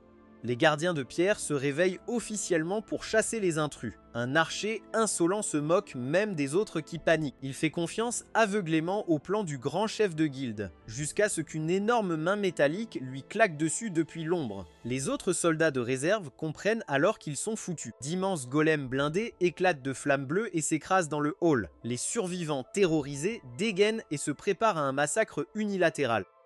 Le système de sécurité défaillant est bien réveillé et la guilde Balae tente de s'organiser. Le capitaine hurle des ordres, érigeant des boucliers de fer et des formations en coin pendant que le mage de soutien lance une chanson de guerre pour éviter la panique générale. Mais ces gardiens de pierre bleus et lumineux se fichent complètement de leur stratégie mignonne. Ils foncent dans le mur de boucliers avec la force d'un train lancé à pleine vitesse. La première ligne commence immédiatement à céder sous la pression. Quand quelqu'un suggère que les joueurs solos sont dépassés, le capitaine leur conseille simplement de les ignorer. Selon ce clown, les joueurs solos ne connaissent rien aux tactiques de groupe. Ils ne valent que comme boucliers humains jetables. Les retardataires abandonnés pleurent alors que d'énormes bourreaux blindés se dressent au-dessus d'eux, prêts à les réduire en bouillie. Mais juste avant que le couperet ne tombe, la Sainte d'Amsterdam en personne, Teresa, fonce dans la mêlée. Elle dégaine son épée lumineuse, prête à faire le sale boulot de la guilde et sauver les retardataires. Teresa ne laissera pas ses gars se faire manger vivants. Elle active son signe de croix niveau 4, larguant une énorme bombe sacrée sur les gardiens et sauvant les soldats abandonnés. Ils sont presque en larmes à ses pieds, mais la Sainte n'a pas le temps de prendre une révérence. Elle remarque que 2 de ces lourdeaux lumineux ont contourné la force principale pour foncer sur les civils fragiles à l'arrière. L'équipe de ravitaillement se fait déjà défoncer, et un des gardiens prépare une énorme balayette d'axe pour achever un porteur blessé.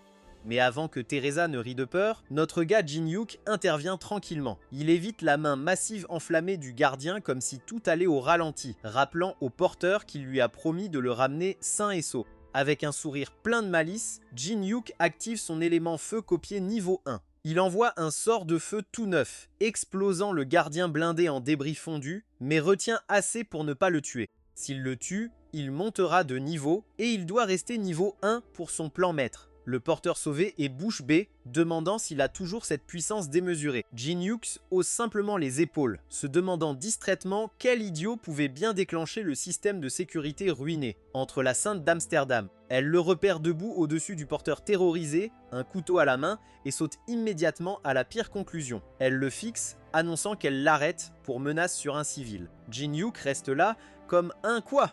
Avant qu'il puisse expliquer, la chevalière blonde fonce sur lui avec un énorme bouclier. Elle l'accuse de vouloir blesser cet innocent, ignorant complètement les tentatives de Jin-Hyuk pour calmer le jeu. Il évite ses attaques avec aisance, réalisant qu'elle est bien trop enragée pour écouter la raison. Alors que Teresa charge comme un taureau enragé, notre gars pousse un soupir. Si elle ne veut pas écouter, il va falloir parler autrement. Il glisse sans effort à travers sa défense, attrape sa cape et la balance au sol. La Sainte mange la poussière et gémit pendant que Jin-Hyuk se tient au-dessus d'elle. Il lâche tranquillement un rappel à la réalité. Ce n'est pas lui qui a réveillé les gardiens, sinon elle serait déjà une décoration permanente du plancher. Avant qu'elle ne puisse reprendre son souffle, le porteur sauvé arrive en courant, criant que Jin-Hyuk est en fait son sauveur. Le cerveau de la chevalière s'en mêle complètement en réalisant qu'elle vient d'essayer de frapper le héros. Jin-Hyuk s'en moque et commence à s'éloigner, laissant la Sainte s'incliner tellement bas qu'elle risque de se casser la colonne vertébrale en s'excusant. Il reste calme et admet qu'il avait l'air un peu louche, mais elle le gratifie de la question fatidique. Pourquoi ce secret ? Il inverse le jeu et avoue qu'il connaît sa quête secrète ultra confidentielle du pacte de pierre. Tandis qu'elle sue à grosses gouttes en se demandant comment un porteur lambda connaît ses secrets de guilde, il affiche un sourire malicieux et propose d'être son guide VIP perso pour le butin. Bien sûr, les cadres moyens de la guilde Bala pètent un câble et crient que se séparer, c'est le ticket direct pour le menu réapparition. Et la Sainte n'en démord pas, elle réplique avec une logique de contrat pure, rappelant qu'elle partage l'autorité de capitaine et que les 20 premiers kilomètres sont déjà balisés. Jin-Hyuk se propose tranquillement d'être le porteur perso de Teresa pour les aider à nettoyer les ruines. Le sbire de Bali pète un câble à l'idée de diviser la troupe, mais Teresa le remet à sa place avec son contrat inébranlable. Elle accepte de laisser notre gars les accompagner tant qu'ils se rejoignent avant la zone non cartographiée. Les yeux de Teresa s'illuminent devant tant de dévouement. Se tournant vers les porteurs NPC terrifiés, Jin-Hyuk leur file un conseil de survie simple. Ne regardez pas les monstres dans les yeux, sauf si vous voulez un aller simple pour le royaume des ombres.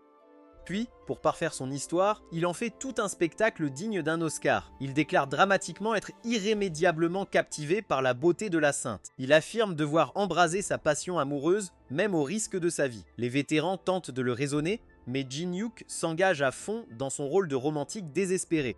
Et ça marche contre toute attente. Les anciens sont émus aux larmes, le considérant comme le dernier vrai romantique de leur génération. Pendant ce temps, Jin-Hyuk s'éloigne en se la pétant un peu, tandis que Teresa est intérieurement épuisée par cette candeur gênante. Mais bon, tant que ça rapporte du loot, hein.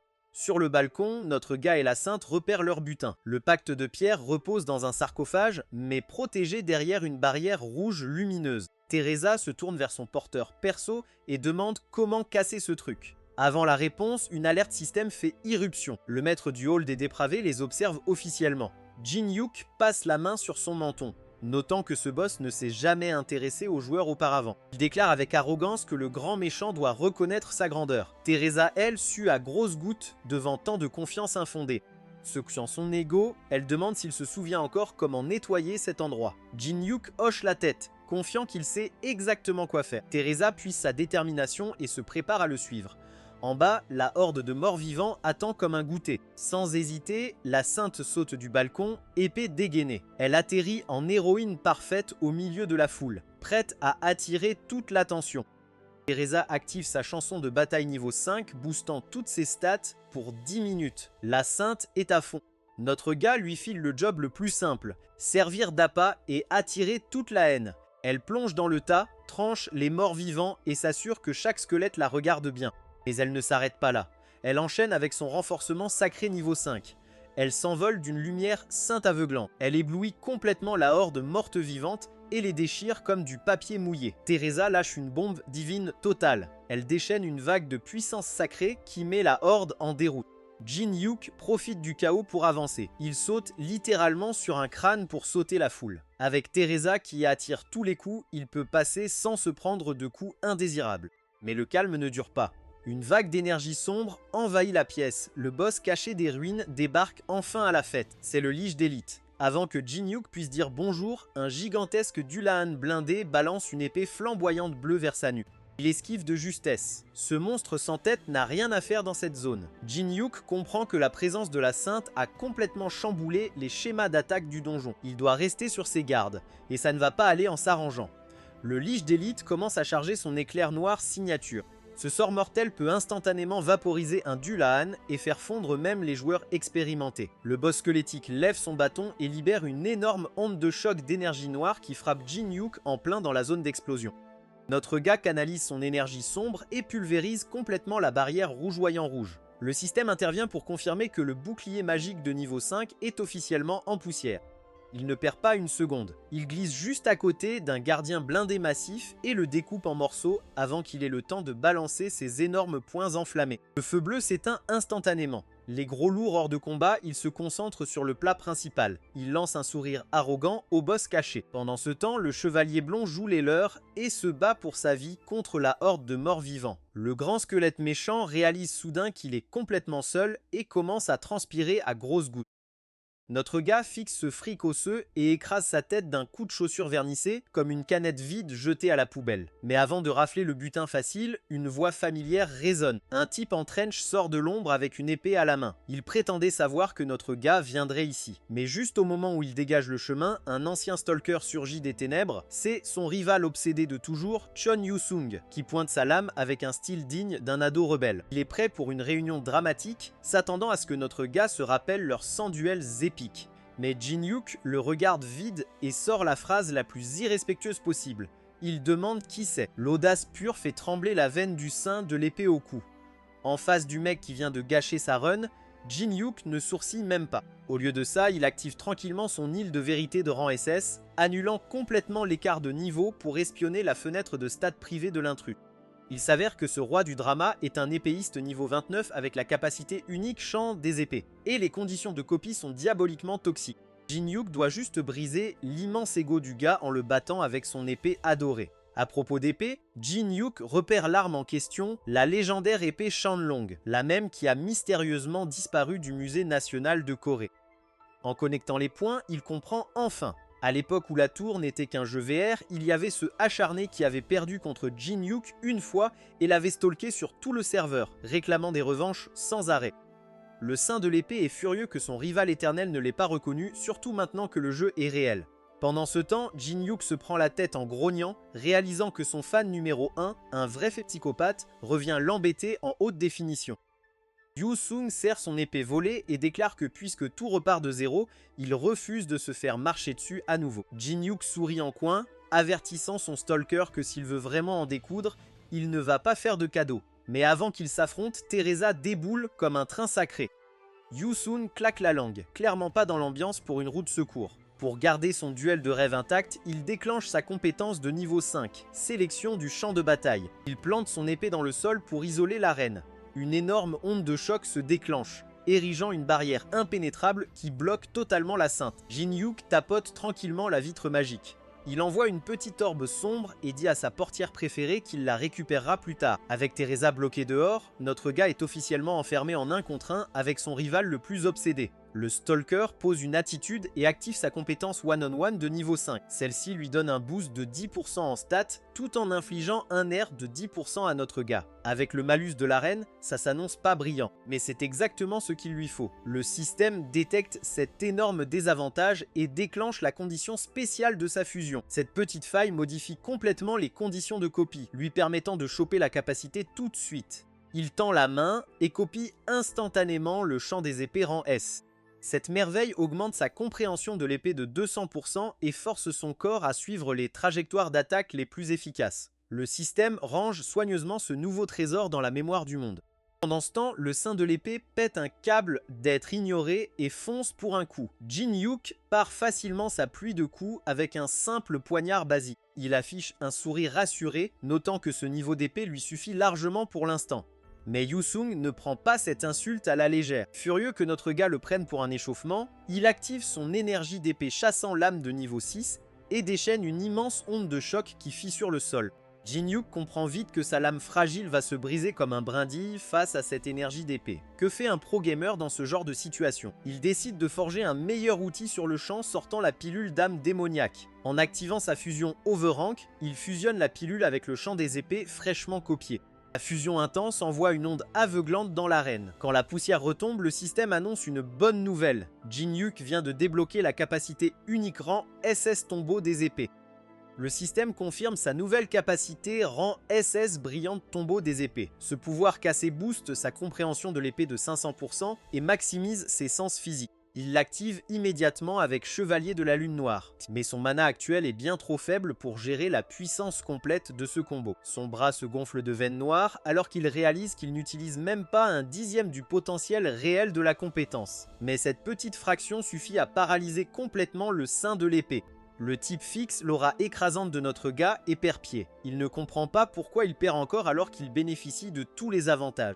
Son esprit repasse en boucle ses jours pathétiques de gamer. Il a passé des années à se faire tuer par Jin Hyuk dans la tour virtuelle, arrachant son casque VR de rage et transformant sa chambre en un véritable sanctuaire de stalker pour trouver une stratégie gagnante. Il hurle à plein poumon, refusant d'admettre qu'il est toujours le deuxième meilleur.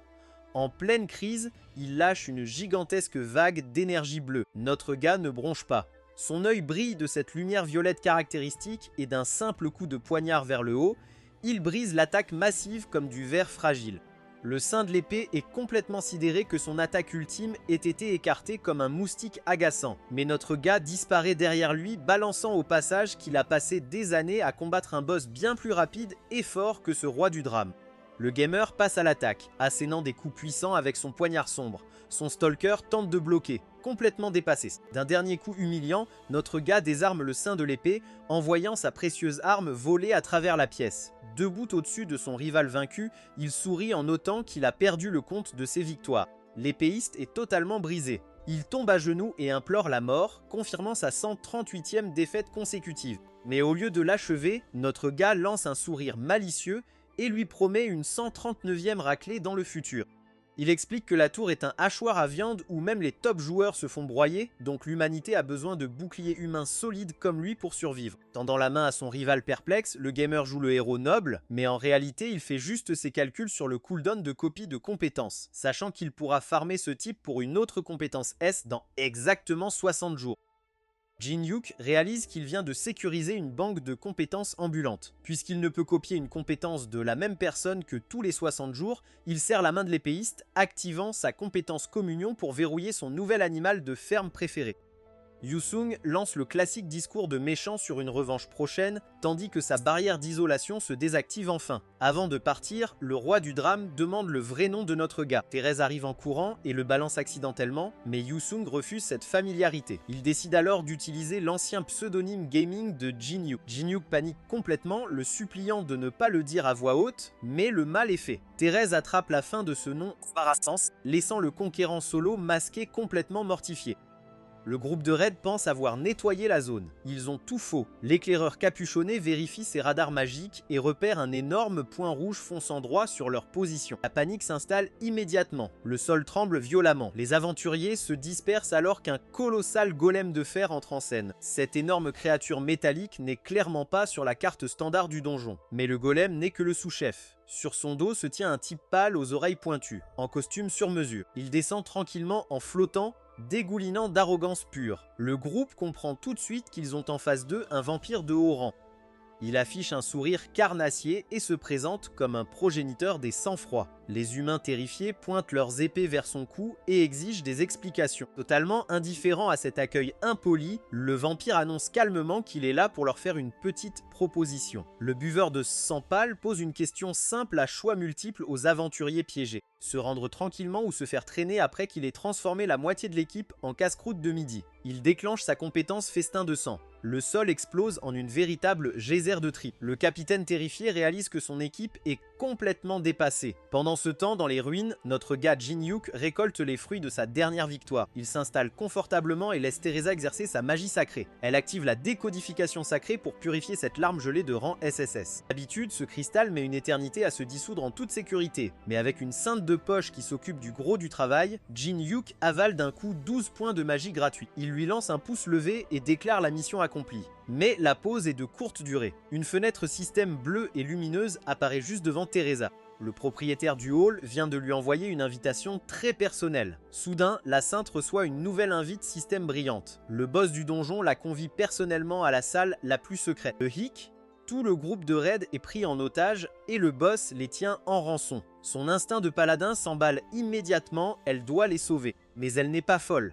Entrer seule dans le trône d'un vampire procréateur, c'est commander son propre cercueil. Elle doute, se demandant si elle n'a pas totalement foiré en quittant le groupe principal pour servir de garde du corps à un porteur quelconque.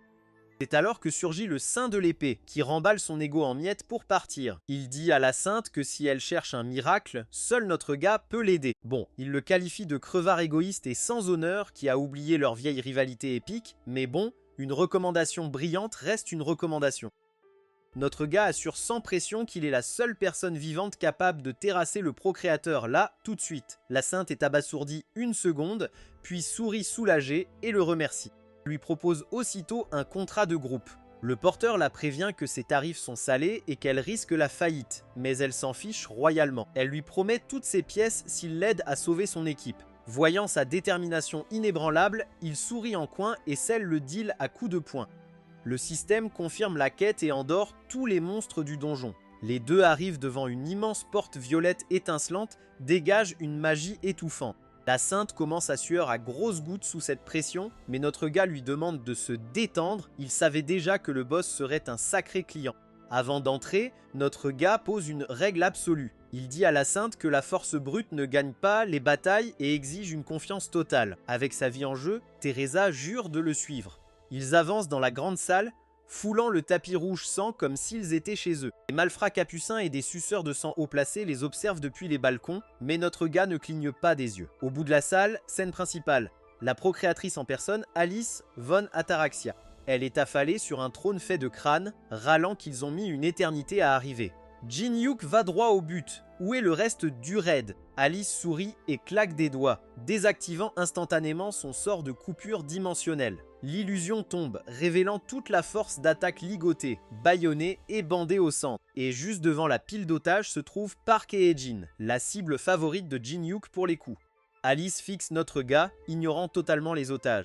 Elle ne les a pas traînés jusqu'à son trône pour papoter. Elle est complètement enivrée par l'odeur de Jin-Hyuk. Elle lèche ses crocs, avouant que son sang sent plus doux que tout ce qu'elle a senti avant. Jin-Hyuk est sincèrement décontenancé. Ce n'était pas prévu au scénario. Alice lui propose généreusement de lui laisser vivre encore 60 ans à condition qu'il devienne sa source de jus personnel à vie. Jin-Hyuk refuse poliment de devenir un menu de luxe. Il abandonne l'attitude sympa. Il n'est pas là pour négocier sa date de péremption, mais Alice n'a pas l'habitude qu'on lui dise non.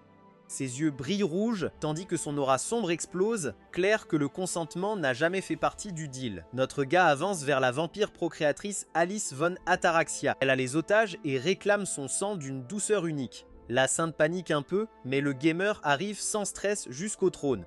Il s'agenouille comme un sujet loyal. Alice bave presque, promettant une récompense bien plus douce que son propre sang. Elle insiste, aucun discours mielleux ne changera d'avis. Les vampires veulent un bon repas, et lui est le plat principal. Mais Jin-Hyuk affiche un sourire arrogant et lâche le mot magique « liberté », ce qui la fait tiquer. Alice est enfermée dans ce palais souterrain depuis 1000 ans, et rien qu'entendre ce mot la fait perdre la tête, elle et ses vampires deviennent complètement fous. Elle exige qu'il assume ses paroles. Jin-Hyuk ne bronche pas. Il sort un cristal violet brillant, prêt à jouer sa meilleure performance en démon humain pour conclure l'affaire.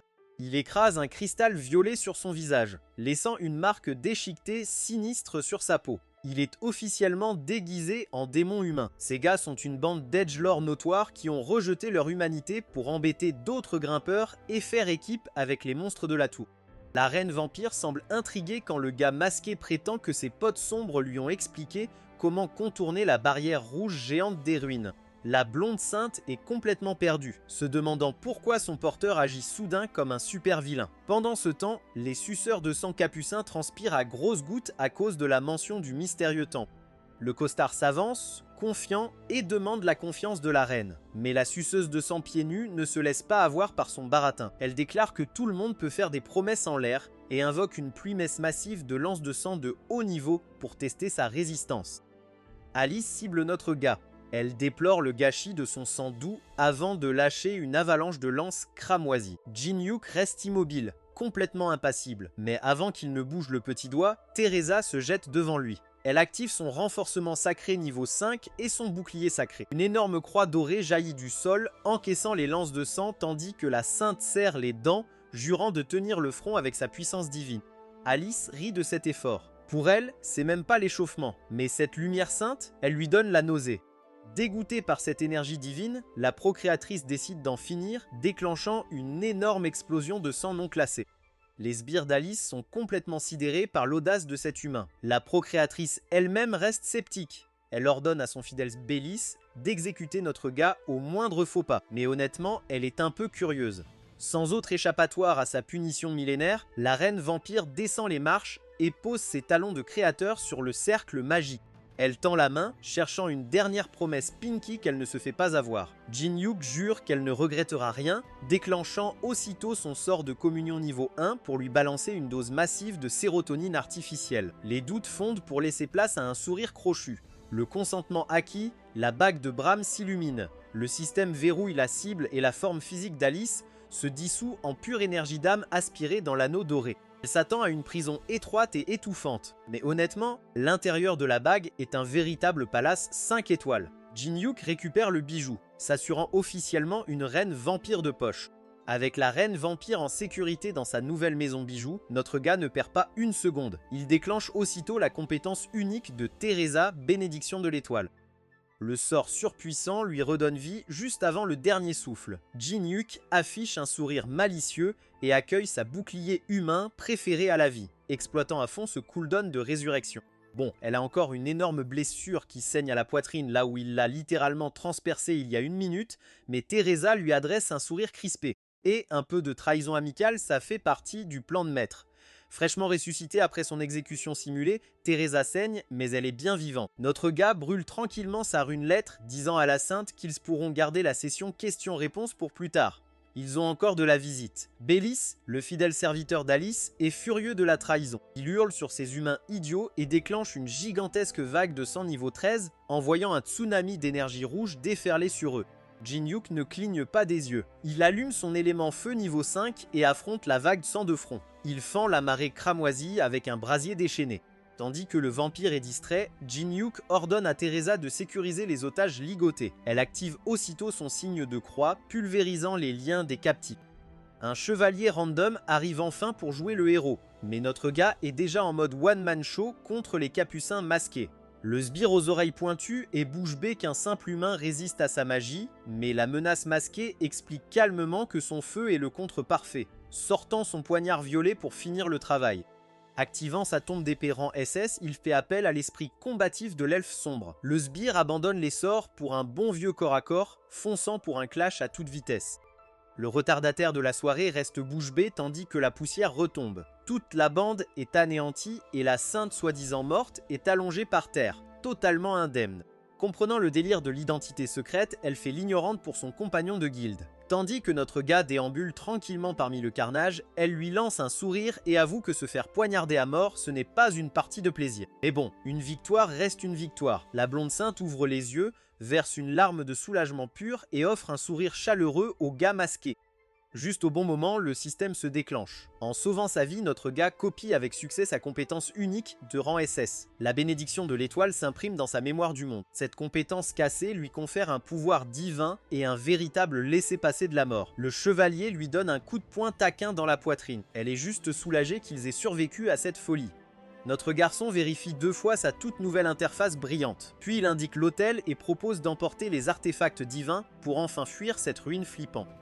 Avant qu'il ne pille la pièce, le capitaine de guilde en sueur vient en rampant. Ce clown a carrément l'audace de réclamer tous les objets du raid au nom de sa guilde. Notre gars le fixe d'un regard noir. Il est totalement abasourdi par l'impudence de ce type dont il vient de sauver la vie. Voyant qu'il a marché sur une mine, le capitaine tente maladroitement de proposer de l'argent à la place. Notre gars dévisage ce capitaine d'attaque inutile avec une audace totale. Le type a littéralement abandonné tout le monde à la mort et maintenant il veut le butin du raid. Jin-Hyuk décide que ce clown est irrécupérable. Il s'écarte nonchalamment et dit au requin de prendre ce qu'il veut. Il lâche juste un avertissement rapide pour qu'il n'ait pas de regrets plus tard. Le capitaine affiche un sourire suffisant, complètement inconscient du piège dans lequel il vient de tomber. Le prix en jeu est le fragment du bâton de Merlin. Le capitaine pense qu'attraper un artefact divin le rachètera de l'échec massif de sa guilde. Il tend la main avec empressement et saisit le bois tordu. Instantanément, des éclairs rouges sombres jaillissent dans son bras. Une marque de malédiction rouge lumineuse s'imprime sur sa paume. Jin-Hyuk lance la chute de phrase sans pression. Le bâton est un bon matériau d'artisanat, mais il vient avec une vilaine malédiction. Vous ne pouvez le prendre en toute sécurité que si vous tuez le boss du donjon. Comme notre gars a scellé secrètement le vampire originel vivant dans sa bague, la malédiction est pleinement active. Le capitaine se fiche de terreur en comprenant la situation. Même la sainte pousse un souffle d'émerveillement devant cette méchanceté cruelle. Jin-Hyuk lui tape gentiment sur l'épaule et la guide vers la sortie. Pendant ce temps, dehors, devant l'entrée de la tour des épreuves de Séoul, le ciel nocturne domine la ville. Les responsables de l'association s'agitent dans le noir, essayant désespérément de comprendre ce qui vient de se passer dans les ruines. Dehors, les costards réveillés de l'association transpirent à grosses gouttes. Le député et le chef de département paniquent à cause du timing du raid, qui risque de durer des semaines. Le grand patron est particulièrement tendu, sachant que le vrai gros morceau n'était même pas sur la liste officielle de la guilde. Mais juste au moment où il s'apprête à allumer une cigarette anti-stress bien méritée, le système lâche une bombe énorme. La salle des dépravés a été nettoyée. La notification arrive si vite que le gars laisse tomber sa clope, choqué. Juste à temps, le portail recrache les survivants en piteux état et les paparazzis se jettent sur eux comme des vautours affamés. Les flashs crépitent à éblouir, les micros sont plantés dans leurs visages. Tout le monde hurle des félicitations pour ce clear historique. Mais au sommet de la hype, la presse remarque un truc bizarre chez le capitaine du raid. Entrée du regard sacré. Le capitaine avare monte sur le devant de la scène, complètement rasé de près, cheveux, sourcils, cils, grâce au petit cadeau maudit de notre gars. Il a l'air vidé de l'intérieur, murmurant à son équipe d'ignorer les caméras, tandis qu'une journaliste fond en larmes devant la tragédie majestueuse de son crâne luisant. Dehors, la presse est en pleine folie. Ils jettent un œil à l'équipe défaite et foncent sur Teresa, mitraillant l'objectif en supposant que la célèbre sainte a porté tout le donjon sur ses épaules. Mais le vrai MVP, notre gars file déjà par derrière. Il a littéralement solo clear toute la ruine du haut en bas, laissant ses guildes prétendument élites en spectateurs au premier rang de son show magistral. Pendant que les costards de l'association galèrent à comprendre le chaos, les membres de la guilde Bolai abattus s'avalent une grosse dose de réalité. Ils savent très bien qu'ils seraient devenus de la viande pour monstres sans le joueur masqué, alors ils ramassent leur ego en compote et rentrent chez eux la queue entre les jambes. Le lendemain matin, après ce clear solo légendaire, le monde réel devient complètement fou. Les médias cherchent à démasquer l'étoile masquée mystérieuse qui vient de ridiculiser les meilleures guildes. Mais notre gars, Jinhyuk, il glande dans son appart, slurpant des nouilles instantanées et scrollant toutes les réactions. Il savait que ça allait partir en vrille, mais là, c'est du jamais vu. Heureusement qu'il garde le masque, et comme Teresa a promis de la fermer, son identité secrète est bien protégée. Crise RP réglée, il est temps de gérer le vampire originel littéralement dans sa poche. Il sort l'anneau de Bram, et Alice se met à brailler qu'elle en a marre d'être coincée dans le noir toute la journée, exigeant un peu de respect.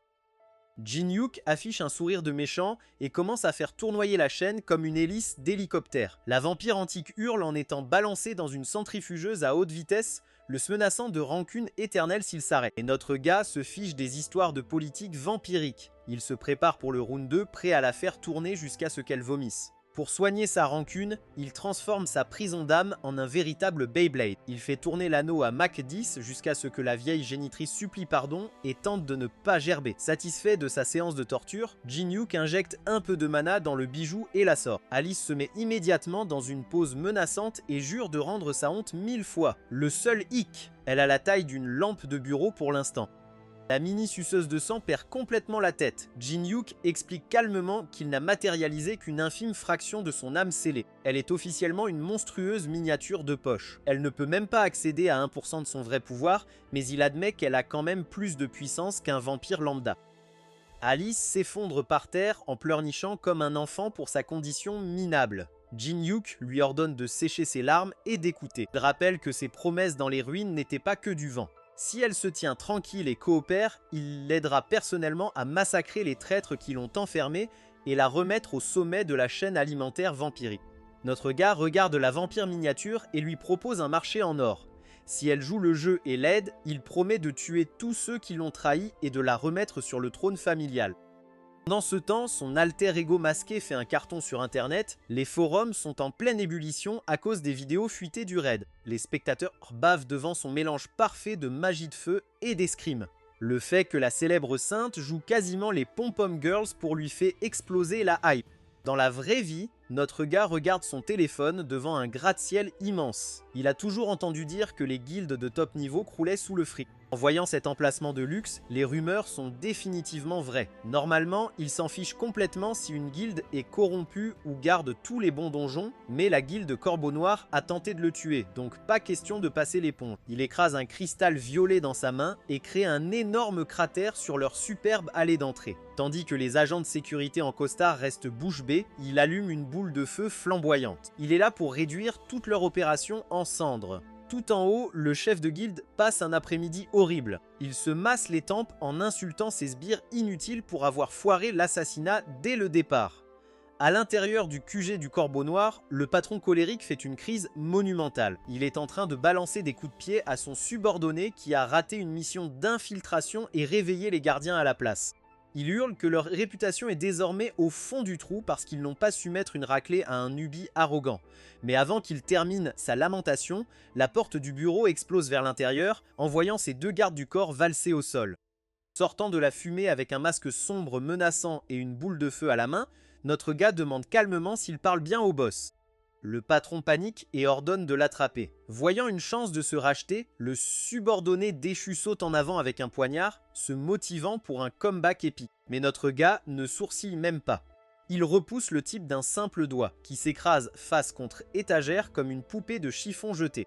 Reconnaissant cette aura noire, le chef réalise enfin qu'il vient de débarquer dans son bureau. C'est le gars qui les a humiliés à l'association réveillée et il exige de savoir si notre gars pense vraiment pouvoir entrer ici et repartir vivant. Le costard perd totalement la raison. Il hurle sur notre gars, lui demandant s'il détruit toute la guilde à cause d'une tentative d'assassinat minime. Notre gars ne se lève même pas, il charge simplement un pion d'énergie violette et le flic dans le front du type. Le costard vole en arrière et s'écrase lourdement au sol. Désespéré, il tente de négocier sa peau. Il prévient que le tuer attirera la colère de 50 rangers absents sur sa tête. Quand notre gars hausse les épaules, le gars commence à débiter que 100 appelle 100 et que la vengeance n'engendre que la vengeance. Notre gars acquiesce même à cette logique. Il attrape une poignée de pions et avoue que cette boucle infernale de vengeance perturbe sérieusement son sommeil. Du coup, il décide de mettre fin au cycle proprement. Il déclenche une énorme boule de feu et déclare qu'il sera simplement le dernier à se venger, laissant le costard hurler de terreur absolue. Le frère agressif se fait littéralement pulvériser à travers une paroi de verre par une énorme vague d'énergie violette. Notre gars traverse la fenêtre brisée et regarde le perdant tremblant en bas. Il épargne la vie du type uniquement parce que sa sœur a été une stagiaire très utile, mais il le prévient de ne plus jamais se montrer devant lui. Puis, le gamer se tourne vers un gars qui fait le mort par terre et lui ordonne de se relever. Le mec se redresse au quart de tour. Face à un ultimatum strict pour prouver sa valeur, l'homme en costume se présente à toute vitesse comme un directeur général de 26 ans, diplômé de Stanford en informatique et comptabilité. Jin-Hyuk est franchement impressionné. Vu que la guilde est en miettes, il décide que ça serait du gâchis de tout raser maintenant. À la place, il nomme le manager terrifié à la tête de toute l'opération. L'homme en costume panique en précisant que personne ne suivra jamais un secrétaire non combattant. Il s'imagine directement en train de transpirer sur un trône entouré de membres de guilde assoiffés de sang. Hee-Woong demande si notre gars va rester pour gérer la mutinerie inévitable. Jin-Hyuk, faire des corvées? Non merci, il a un chien d'attaque attitré pour ça. Un SMS de masse part à tous les A-Rankers de la guilde Corbeau Noir, leur ordonnant de revenir au Penthouse. Les gars sont loin d'être contents d'être sortis de leur raid à la Husse Sarde. Le chef d'escouade balafré est furax. Ils arrivent au QG en se demandant pourquoi une foule énorme est rassemblée devant. Bah ça doit sûrement avoir un lien avec leur ancien maître de guilde qui décore actuellement le capot d'une BMW. Oui, il est carrément mort. Paniqué, le gars balafré rentre en trombe dans le Penthouse en ruine, hurlant à propos du boss mort et exigeant de savoir qui a envoyé ce texto. Il lève les yeux, s'attendant à un monstre, mais trouve Kim Hee-Woon, le secrétaire geek, tranquillement installé derrière son grand bureau.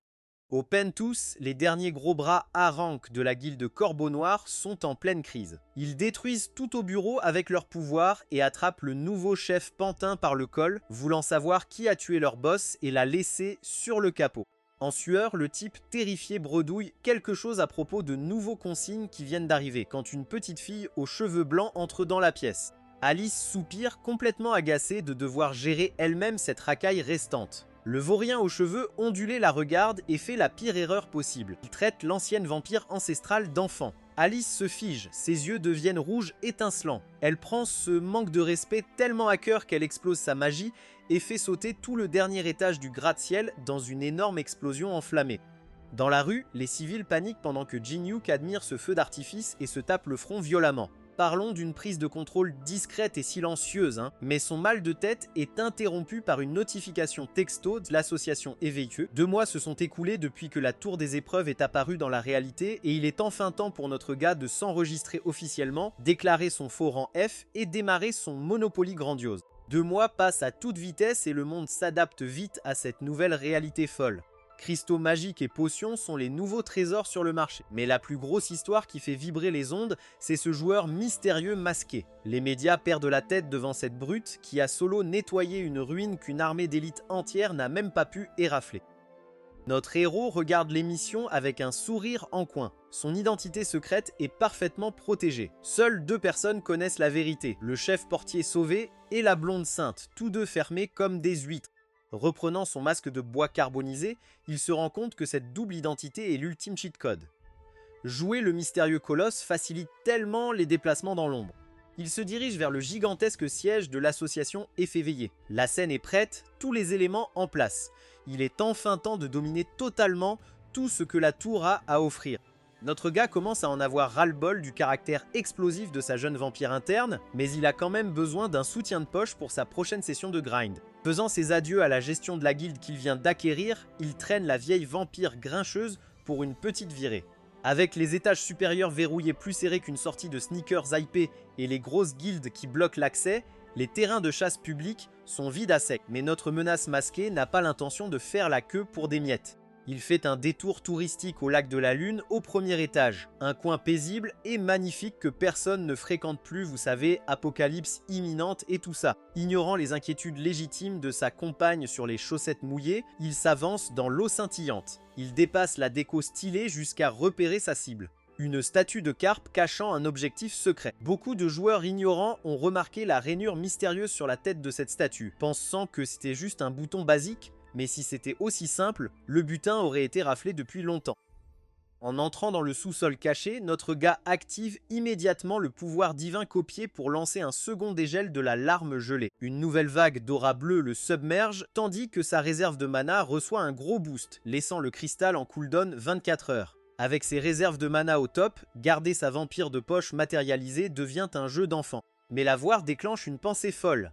Est-ce que ces locaux anciens de la tour savent qu'ils ne sont que des données de jeu projetées dans la réalité? La curiosité l'emporte, il se tourne vers elle pour demander franchement. Mais à peine tente-t-il d'aborder un peu de métalore que le système le frappe d'un détecteur de glitch massif, terrorisant la pauvre vampire. Sa vision se brouille d'erreurs, confirmant que la tour bloque toute discussion de spoiler avec les PNJ. Honnêtement, savoir que le système cache quelque chose suffit comme renseignement.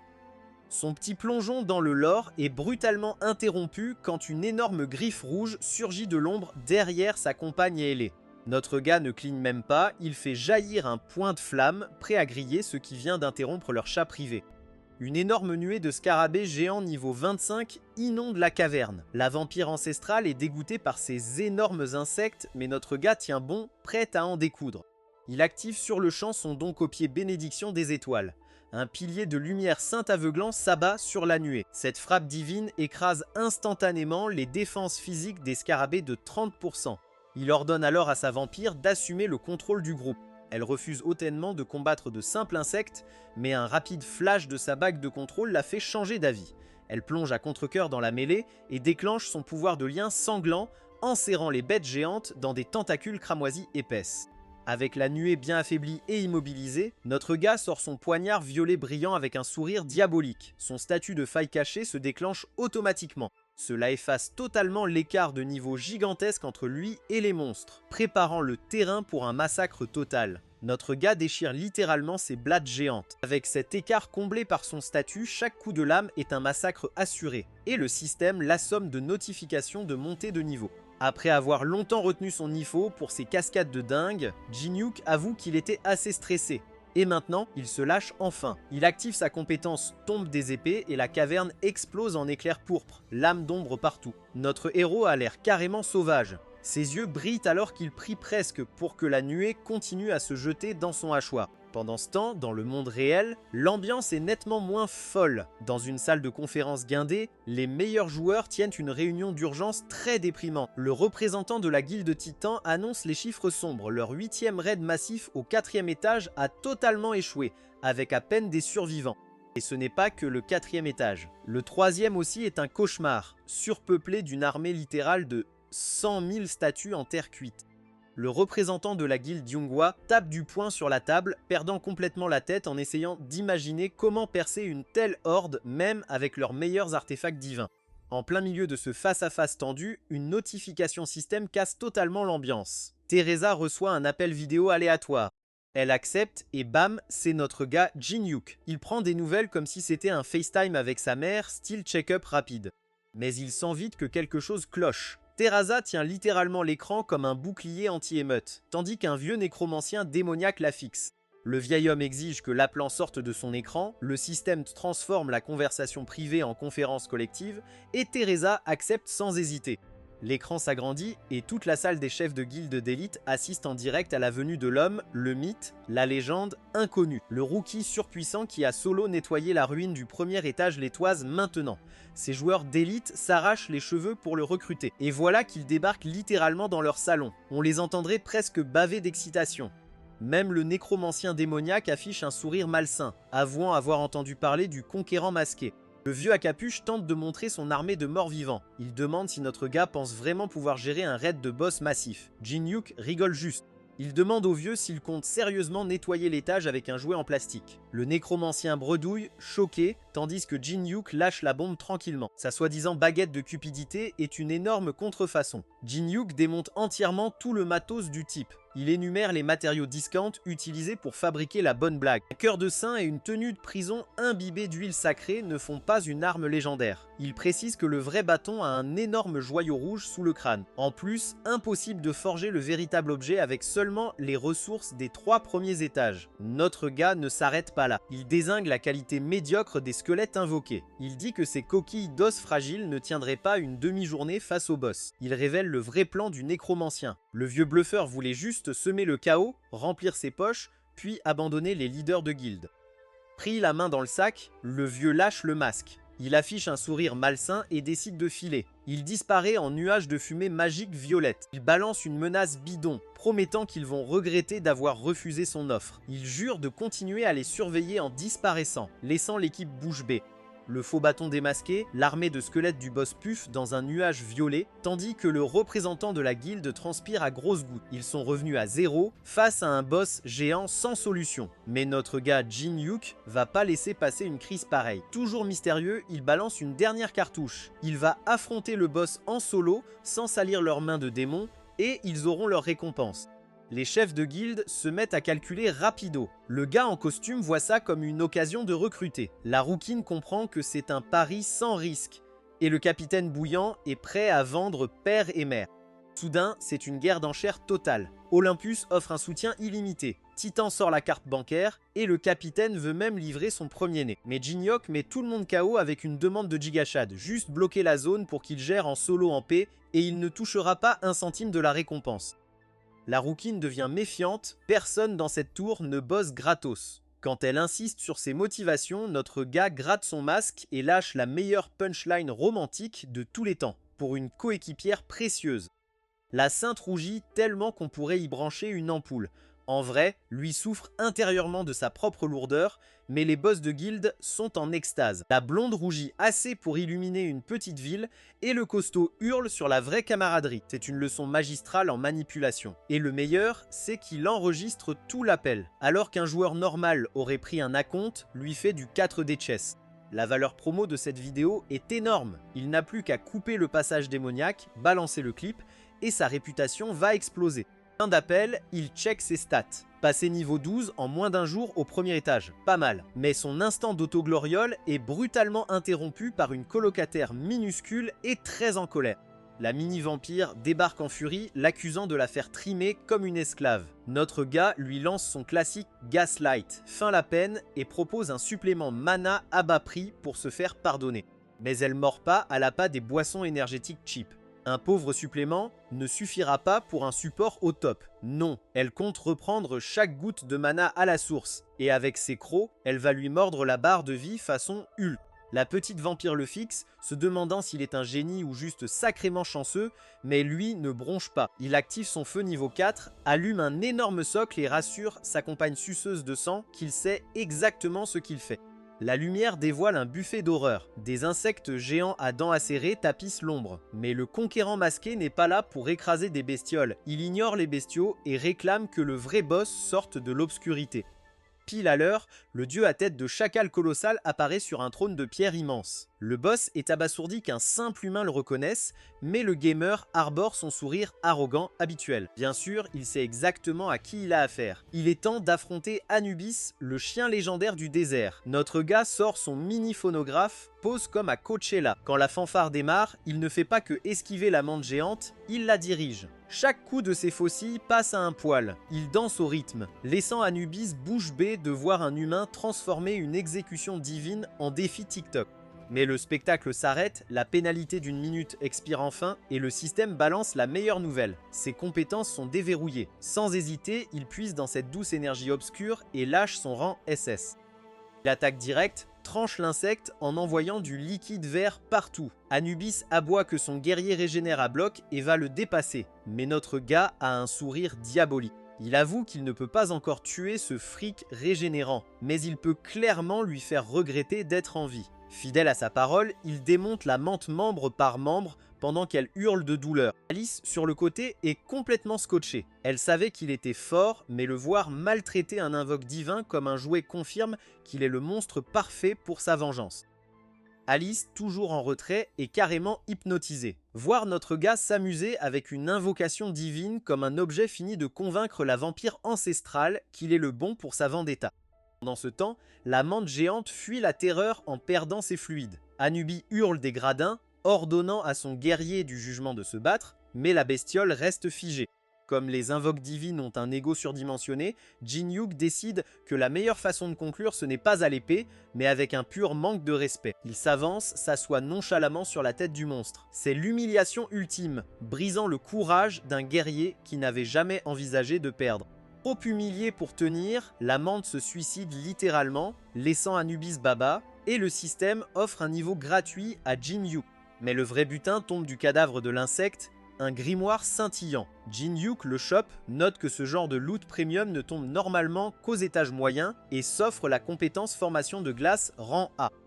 Notre gars ne bronche même pas, il mélange simplement ses magies de feu et glace comme un smoothie. Le système annonce une bonne nouvelle. Fusion réussie, il vient de débloquer la compétence rang doubla clair de jour. D'un geste, il déclenche une explosion aveuglante d'énergie pure.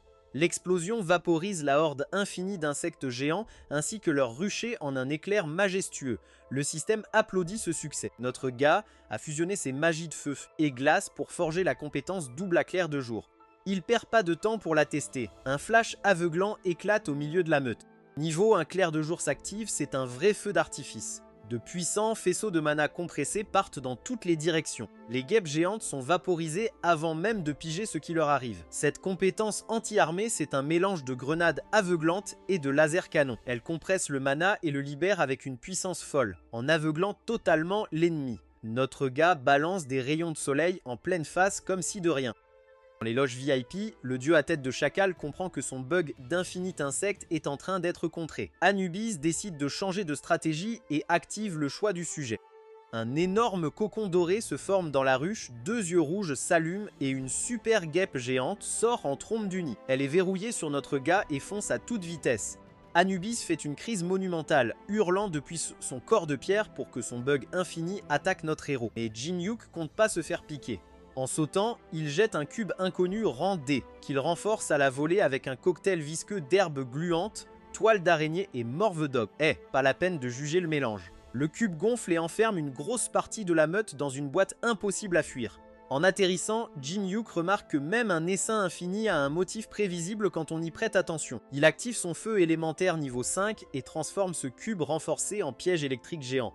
Mais il ne se contente pas de les griller. D'un claquement net, il active la pilule de gigantification qu'il a glissée dans le mix. Les guêpes brûlantes emprisonnées explosent à 10 fois leur taille, s'écrasant les unes contre les autres dans un cauchemar fumant et claustro. Avec le piège déclenché, c'est un massacre total. Les pilules de gigantification tombent comme des bonbons et le niveau de Jin-Hyuk s'envole. Au final, un boss qui respawn à l'infini n'est pas une menace, c'est juste la serre d'XP ultime à condition d'avoir le cerveau pour la jouer.